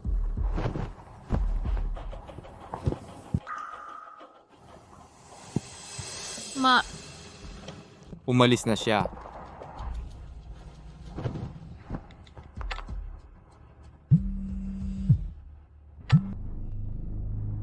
Pinuno, Panginoon ko. Nakita ko mismo si Chi Feng na pumasok sa paliparan. Mabuti, magaling ang ginawa mo. Panahon na para isara ang lambat. Jiang Ma! Jiang Ma! Hoy, nasaan ang lahat? Bakit walang tao rito? Tio Zhao, ikaw, nakaupo ka rito ngayon? Haha, hindi ako kadalasang umuupo sa sopang ito, di ba? Tama ka, Tio Zhao. Dapat matagal mo na itong ginawa. Lagi ko nang sinasabi, pamilya kita, hindi mo kailangang maging formal. Mula ngayon, wala ka nang dapat alalahanin. Huwag kang mag-alala. Ako na ang bahala sa iyo sa iyong pagtanda. Ito, Binibini, uminom ka muna ng tsaa. Nakakainip ang tsa, mas gusto ko pang uminom. Hoy, Tio Zhao, bakit walang ibang tao sa bahay? Pinauwi ko silang lahat para magpahinga. Ha? Bakit? Hi. Tio Zhao, ano ito? Ito ay mabagal na lason na espesyal kong ginawa. Kapag ininom ito, magkakaroon ng malalim na pagkawala ng malay. Sa madaling salita, parang gulay na ang kalagayan. At kahit anong advanced na medical examination, hindi makakakita ng sanhi. Tio Zhao, bakit mo ginawa ito? Ikaw, Ang kakaiba mo ngayon. Binibini. Inumin mo ito. Ano ang ibig mong sabihin? Ano pa ang ibig kong sabihin? Binibini, hanggang ngayon hindi mo pa rin ba naiintindihan? Sino ka ba talaga? Hehehe, parang dapat kong ipakilala ng maayos ang sarili ko sa Young Master. Sa totoo lang, ang apelyido ko ay hindi Zhao. Ang pangalan ko ay Situ Jing. Si Situ Jing? Ang iba kong pagkakakilanlan ay ang pinuno ng Dark Sanctum. Ano? Ikaw ang pinuno ng Dark Sanctum? Tama, Ano naman yung dating pinuno ng Dark Sanctum? panakip butas ko lang yon. Nasa kamay ko ang buhay ng buong pamilya niya. Kung gusto kong mabuhay siya, mabubuhay siya. Kung gusto kong mamatay siya, kailangan niyang mamatay. Ikaw pala ang pinuno ng Dark Sanctum mula pa noon, hindi ito kapani-paniwala. Mahigit 10 taon na ang nakalipas, malubha akong nasugatan sa isang operasyon. Pinaligiran ako ng mga kaaway mula sa lahat ng direksyon. Wala akong magawa kundi magpanggap bilang isang pulubi. Lolo mo ang nagligtas sa akin at tinanggap ako. Lolo ko ang nagligtas sa'yo at tinanggap ka. Tama. Si Hu Xiao, nang tangkain niyang agawin ang ari-arian ng pamilya natin, ikaw din ang nasa likod noon? Eksakto. Bakit? Bakit mo ginawa ito? At ang tatay ko? Ang tatay mo ang unang naghinala sa akin. Kaya pinilit ko si Huo Xiao na makipag-ugnayan sa mga mamamatay tao ng Shadow Society. Kaya ang tunay na pumatay sa tatay ko ay ikaw, papatayin kita. Young Master, huwag kang masyadong mag-alab. Hayop ka, napakabuti ng pamilya ko sa'yo. At ikaw... Kaya marunong ka palang mag-martial arts, kahanga-hanga. Matandang taksil ka, nagtatago ka sa lahat ng mga taong ito. Gino, iinom mo ba ang tsaa na ito ng mag-isa o ibubuhos ko ba ito sa iyong lalamunan? Hindi ko maintindihan, maraming mayayaman sa mundo. Bakit ang pamilya namin ang tinutukoy? Malinaw na napakakaya mo. Gino, hindi mo ba ito maunawaan? Talagang nakakadismaya iyan. Ito ba ay dahil sa pagtatago sa loob ng aming pamilyang Hu ay mas madaling itago ang iyong pagkakakilanlan? Eksakto. Sa pagiging bahagi ng iyong pamilya, kung pupunta ako sa ibang lugar para gawin ang mga bagay na ito, maaari itong mag-iwan ng mga bakas at magdulot ng pagdududa. Pero kung pera ang gusto mo, maaari mo sanang hiningi sa akin. Ang perang kailangan ko, hindi mo maibibigay sa akin. Bukod pa riyan, kahit na humingi ako, hindi hihigit sa 1 o 200 milyon ang ibibigay mo at malamang iisipin mong mapagbigay ka. Hindi mo alam na may mga tauhan ako sa buong mundo. Ang pagtustos sa lahat ng mga taong iyon ay isang malaking gastos araw-araw. Kailangan ko ang pamilyang Huo bilang takip upang makontrol ang mas maraming pamilya at negosyo. Kaya ang ugat ng lahat ng kasamaang ito, ang pinakamalaking pagkakamali ay ang pagliligtas sa iyo ng aking lolo nung una. Maaari mong sabihin iyan, pero may tunay akong nararamdaman para sa iyong lolo.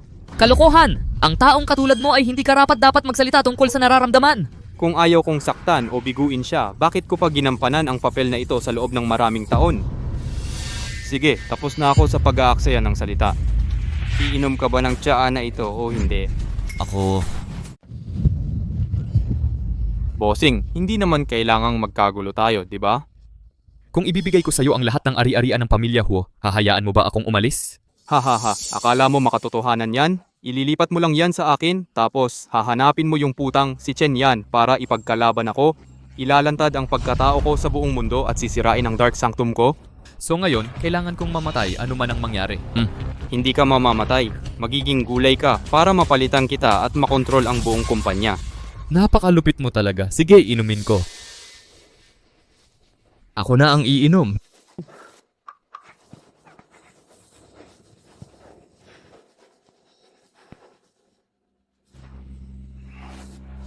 Huwag kang kumawala. Wala nang makakapagligtas sa iyo ngayon. Nakaangkas na sa eroplano si Chen Yan. So kung hindi siya umalis, hindi ka sana nangahas na hawakan ako, di ba? Hindi ako takot sa kanya. Ayaw lang niyang ilantad ang kanyang pagkatao. Hoy, ang tagal na nating magkakilala. May samahan tayo, di ba? Ano ba ang gusto mong sabihin? Kung may pagkakataon ka, sabihin mo kay Xiaoye para sa akin na ang pagmamahal ko sa kanya ay hindi basta-basta. Ay, bossing, hindi ko alam na ganyang pala karomantiko ka. Sige, kung may pagkakataon, ipaparating ko ang mensahe. Deal, huwag kayong mag-away. Xiaoye, mukhang hindi ka nalilitaw ngayon. Paalam aking asawa. Paalam mundo.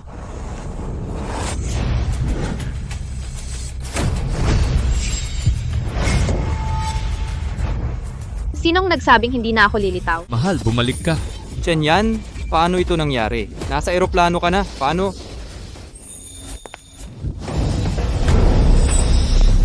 Huwag kang gagalaw. 1 kilos pa at paputukan ko ang ulo mo. Huo Jianshan, kung gagalaw ka ng 1 pulgada, papatayin ko siya. Huwag kang gagalaw. Alam kong kayang patayin ako ng baril mo, pero bago mo pa man ipitik ang gatilyo, tiyak na papatayin ko muna si Huo Jianshan. Ano naman? Ilapag mo ang baril, maglaban tayo ng patas, ikaw at ako lang. Anong say mo? Patas na laban? Sige. Pero hayaan mo munang umalis si Huo Jianshan. Imposible. Wala na tayong pag-uusapan. Kung mananatili rito si Huo Jianshan, laging mag-aalala ako para sa kanya. Paano naman magiging patas yon? Kaya wala tayong kasunduan. Pero iminumungkahi kong sumuko ka na ngayon dahil lubusan ng nahayag ang pagkatao mo. Alam kong ikaw ang leader ng Dark Sanctum. Ibig sabihin, alam na rin ito ng Strategic Intelligence Bureau. Basta't makakatakas ako ng ligtas ngayong araw, pwede na lang akong gumamit ng bagong pagkakakilanlan. Sige, umalis ka na. Papaalisin kita. Anong problema? Bakit hindi ka umaalis? Hindi. Masyadong matalas ang pang-amoy mo. Sa pagpatay lang sa'yo ako makakatakas ng tuluyan. Bukod pa riyan, nandito ngayon si Huo Jianshan. May iba ka pang dapat alalahanin. Ito na ang pinakamagandang pagkakataon para patayin ka. Honey, wag kang mag-alala sa akin. Patayin mo siya, ipanaghiganti mo ang ama ko. Tumahimik ka. Ano ba talaga ang gusto mo? Ibaba mo ang baril mo. Ibaba ang baril para mahawakan mo si Huo Jianshan at gamitin siya para pagbantaan ako? Wala ka ng ibang pagpipilian. Kilalang kilala mo ako. Pwede mong gawin yon, pero pagkatapos papatayin kita. Kahit mamatay din si Huo Jianshan, mas mabuti yon kaysa mahuli tayong dalawa. Bukod pa riyan, hindi naman siya gaanong importante sa akin. Hindi, honey. Sinasadya lang niya yon para lokohin ang matandang to. Kung wala siyang pakialam sa akin, hindi siya babalik. Sige, ganito na lang. Pumunta si Huo Jianshan ng 5 hakbang pasulong. Ibaba mo ang baril. Sa ganoon, kahit hindi ako tumupad sa usapan, may oras ka pa ring kunin ulit ang baril. Sige. Huo Jianshan, lumakad ka ng 5 hakbang.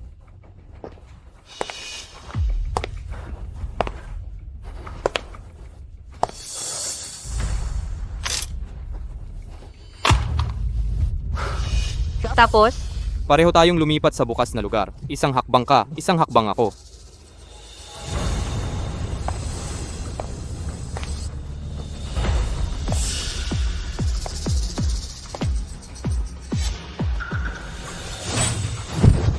Ingat! Aray!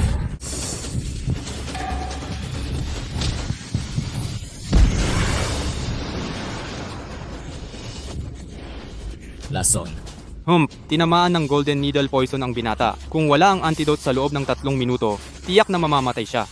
Lolo, hindi ako tinamaan. Huwag kang magpadisturbo. Talaga? Marunong ako ng martial arts, ha? Nahalata ko ang mga kalokohan niya. Nakahanda ako. Hindi tinamaan? Paano nangyari yon? Matandang salbahe, kukunin ko ang baril at babarilin kita ngayon. Aray, ha ha ha ha. At sasabihin mo hindi ka nalason. Bisit sobrang nakainom, nahihilo na ako. Matandang salbahe, babarilin kita. Ang lupit mo. Dinurog mo ang lahat ng meridian sa katawan ko. Ano, dapat bang iniwan ko ang martial arts mo para magpatuloy kang manakit ng tao? Ang lupit mo. Pinagputol-putol mo nga ang lahat ng meridian sa katawan ko. Dapat bang hinayaan kong manatili ang martial arts mo para patuloy kang manakit ng iba? Natusok ka ng karayom. Mahal, pasensya na. Naging pabigat ako sa'yo. Tumahimik ka. Mahal, ayokong iwan ka. Ayaw mong iwan ako. Mabuhay ka. Nasil ko na ang mga vital organs mo. Kukuha ako ng antidote para sa'yo. So hindi ako mamamatay? Nasaan ang antidote? Ibigay mo. Nasa kahon iyon.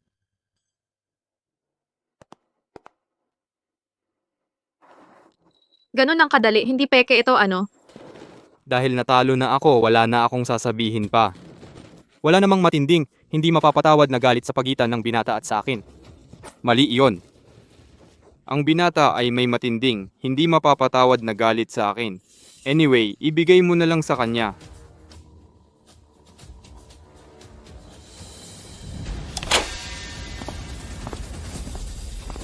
Pinuno ng Dark Sanctum, ikaw ay inaaresto. Dalhin ninyo siya.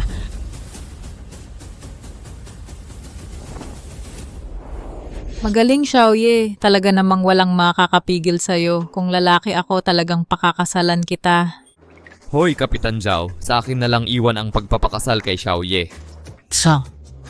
Sige, may mga gagawin pa ako. Hindi na ako makikipagtsikahan sa inyo. Tara na. Sandali. Gusto kong malaman, kailan ka nagsimulang maghinala sa akin? Oh, mahal, kailan? Hindi ko masasabing sigurado akong naghinala na ikaw ang pinuno ng Dark Sanctum. Pero nang pumunta rito si Huo Xiao para guluhin ako, doon na ako nagsimulang magduda. Paano naman? Hindi naman kaya ni Huo Xiao na direktang gambalain ang mga plano mo. Bukod pa riyan, nang nakulong ako sa kwartong iyon, kung siya ang tunay na pinuno ng Dark Sanctum, mga tauhan sana ang ipadala niya para tingnan ako, hindi siya mismo ang pupunta para mahuli. Ito, Kaya, talaga, gusto mong mahuli ko ang peking pinuno ng Dark Sanctum para makaalis ako ng walang alinlangan. eksakto. Pero, hindi ka ba natakot na patuloy kong ilalagay ang lason sa kwartong iyon? Akala mo ba mahina kami? Tinitingnan namin ang oras. Maaari naming ipasok ang mga tropa para salakayin ang lugar anumang oras. Ganun ba? Bukod pa riyan, matagal na akong immune sa lahat ng lason. Hindi ako maaapektuhan ng mga lason na iyon. At walang mga bitag sa kwartong iyon. Bago ako pumasok, sinasabi ng kutob ko na walang nakamamatay na panganib. Kung hindi, hindi ako papasok. Mahal, ang talino mo talaga. Huwag mo akong tawaging ganyan. Kaya, hindi mo talaga kumpirmado na ako ang leader ng Dark Sanctum? Hindi ko kumpirmado na ikaw ang leader, pero lalong lumakas ang hinala ko. Bakit mo ako pinaghinalaan? May pagkakamali ba ako? Alam mo, wala sa mga tauhan ko, ni isa ang nakakaalam ng tunay kong pagkatao, kahit si Huo Xiao, hindi. At nung panahong wala ka, hindi ka ba natakot na patayin ko si Huo Jianshan? Ang dami mong tanong. Xiaoye, huwag mo na siyang pansinin. Ako na ang bahala sa kanya para sa masusing pagtatanong. Hey, gagaan ang pakiramdam niya kapag naibulalas niya ang lahat. Sasagutin ko ang kanyang mga katanungan. Pagkamatay ni Old Master Ho, nagsimula akong mag-isip bakit patuloy na tina-target ng leader ng Dark Sanctum si Old Master Ho. Matagal na siyang mahina ang kalusugan. Bakit hindi niya pinatay ng mas maaga? Kaya, anong konklusyon ang napuntahan mo? Ang conclusion ko ay na may nararamdaman ang leader ng Dark Sanctum para kay Old Master Ho. Kaya ayaw niyang patayin ito. Ganun pala. Bakit hindi ko naisip iyon noon pa? Kung naisip mo iyon noon pa, malamang patay ka na ngayon. Ang nananalo ang hari. Hindi ko inakala na sa katandaan ko, ako'y madudulas ng ganito kalala dahil sa iyo. Tinatanong mo kung natakot ba ako na noong panahong wala ako, ay mapanganib si Huo Jianshan. Sa totoo lang, hindi ako natakot. Bakit? Ang pangunahing layunin mo ay hindi lang patayin si Huo Jianshan, kundi gawin siyang gulay ng walang maghinala, tama ba? Eksakto. Bukod pa, habang nandito pa ako sa Qingzhou, hindi ka maglalakas loob na kumilos. Ang paggawa ng hakbang ay maglalagay sa iyo sa panganib na mahayag. Kaya, kung matagal akong mawawala, maaari mong gawing perpekto ang hitsura nito, tama ba? Oo. Sa ganong kaso, nung panahong iyon, bakit hindi mo pinigilan si Ginoong Huo na makipagtulungan sa akin? May sakit ang Ginoo pero hindi siya nalilito. Ang katotohanang itinayo niya ang malaking negosyo ay nagpapatunay na matalino siya. Kung pinilit kong pigilan siya, natatakot ako baka nadiskubre niya ang aking mga lihim. Dahil sa iyong ugali, kung nadiskubre ka, maaari mo lang siyang alisin. Ha? Hindi ko kailanman maaaring sakta ng Ginoo. Kailanman. Kahit anong sabihin mo, huwag kang magkunwari na napakamarangal mo. Binata, mula ngayon, mabuhay ng maayos kasama si Binibining Chen. Paalam. Dalhin siya palayo. Mahal. Hiwalay na tayo. Wala akong pakialam. Napagpasyahan ko, ikaw ang para sa akin. Asawa kita. Kahit saan ka pumunta, susundan kita. Bahala ka. Ang dahilan kung bakit ako pumunta upang makita ka ngayon ay upang sabihin sa iyo ang ilang magandang balita. Ano ang ibig mong sabihin? Pinapalayas ko sina Wu Huan at Cheng Yan. Nasa kalye na sila ngayon. Namamalimos upang mabuhay. Napakalupit mo. Ang lupit mo talaga. Ang asawa ko ay napakamaawain. Nang dumating ka sa Qingzhou, wala ka talagang dala. Lahat ng nakuha mo mula noon, galing sa pamilya ng asawa ko. Kinukuha lang ng asawa ko ang dati ng sa kanya. Malupit ba yon? Kung alam ko lang na darating sa ganito, nung ipinanganak ka pa lang, dapat noon pa lang, nilunod na kita sa kubeta. Ikaw, kung alam lang namin na magiging ganito, sa tingin mo ba pakakasalan ka pa ng nanay ko? Mula sa simula, ano ba ang nagawang mali ng nanay ko at ako? Ano ba ang nagawa naming mali? Sabihin mo. Huwag kang magpakaloko-loko dito. Ikaw, ano ba ang nagawang mali ko para ganyan mo ako tratuhin? Ano ba talaga ang nagawa kong mali? Mahal, sige na, huwag ka nang ganyan. Kung may pagpipilian lang ako, ayoko rin maging anak mo. Kung may pagpipilian lang ako, sana hindi na lang kita minahal kailanman. Chen Ayuan, ilabas mo ako. Nababaliw siya, baliw. Chen Changyuan. Mula nang ipagbili mo ako sa organisasyon ng mga mamamatay tao, ang samahan nating mag-ama ay tuluyan nang natapos. Mula ngayon, hindi na kita kapuputan. Buburahin kita ng tuluyan sa buhay ko.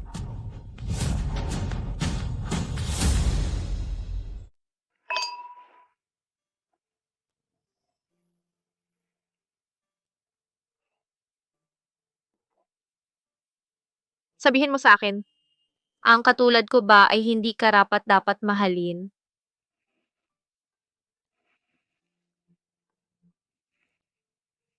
Sino ang nagsabi niyan? Mahal kita ng higit pa sa sarili kong buhay.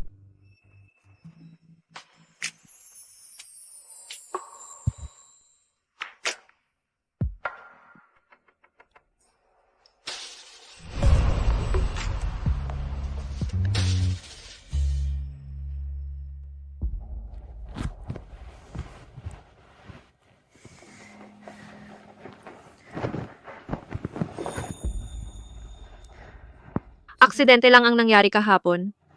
Hindi ko kailangan na panagutan mo yon. Hindi mo kailangan na panagutan ko? Kailangan kong panagutan mo. Teka, huwag kang magloko. Mahal, hindi kita pakakawalan sa buhay na ito.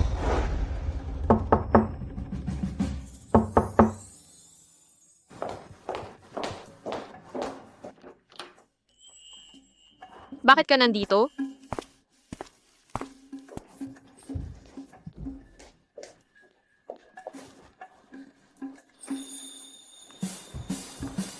Ito ang mga ari-arian ng pamilya Huo. Ito ang equity ng kumpanya. Ito ang lahat ng pag-aari ko. Para sa iyo ang lahat. Hindi ko ito tatanggapin. Kunin mo ito pabalik. Alam kong hindi mo ito tatanggapin. Bakit? Gusto ko lang ipaalam sa iyo, kung gusto mo sila, ibibigay ko lahat sa iyo. Kung ayaw mo sa kanila, ibebenta ko lahat. Mula ngayon, kahit saan ka pumunta, sasamahan kita. Ikaw, Mahal.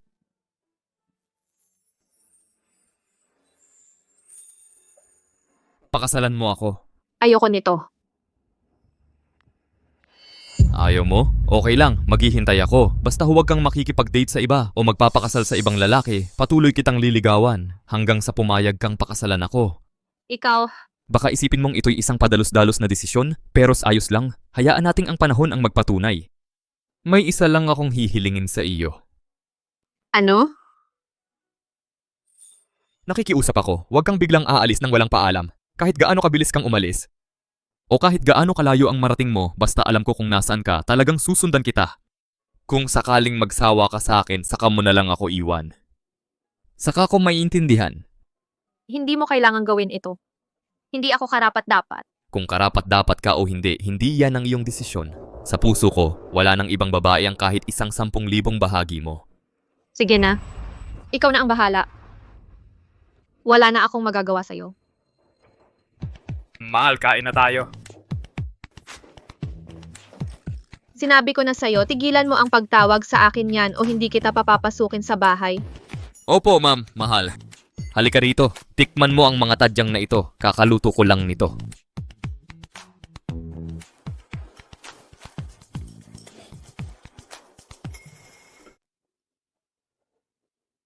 Anong problema?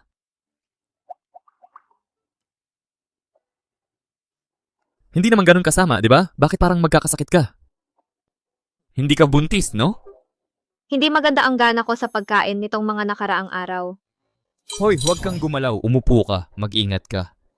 Wala namang problema sa mga paa ko. Bakit kailangan kitang tulungan? Umupo ka lang. Tanong ko lang, kailan ka huling nagkaroon? 3 buwan na. Ibig sabihin, buntis ka. Mahal, buntis ka. Mahal. Mahal, nakikiusap ako. Pakiusap, ipagbuntis mo ito.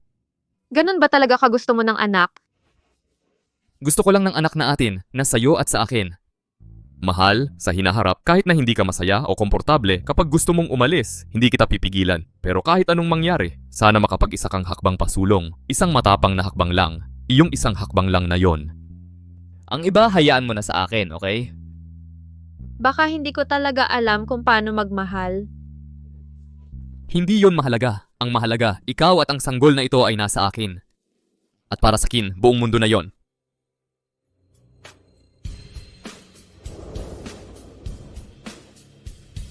Xiaoye, gugugulin ko ang buong buhay ko sa pagpapainit ng puso mo.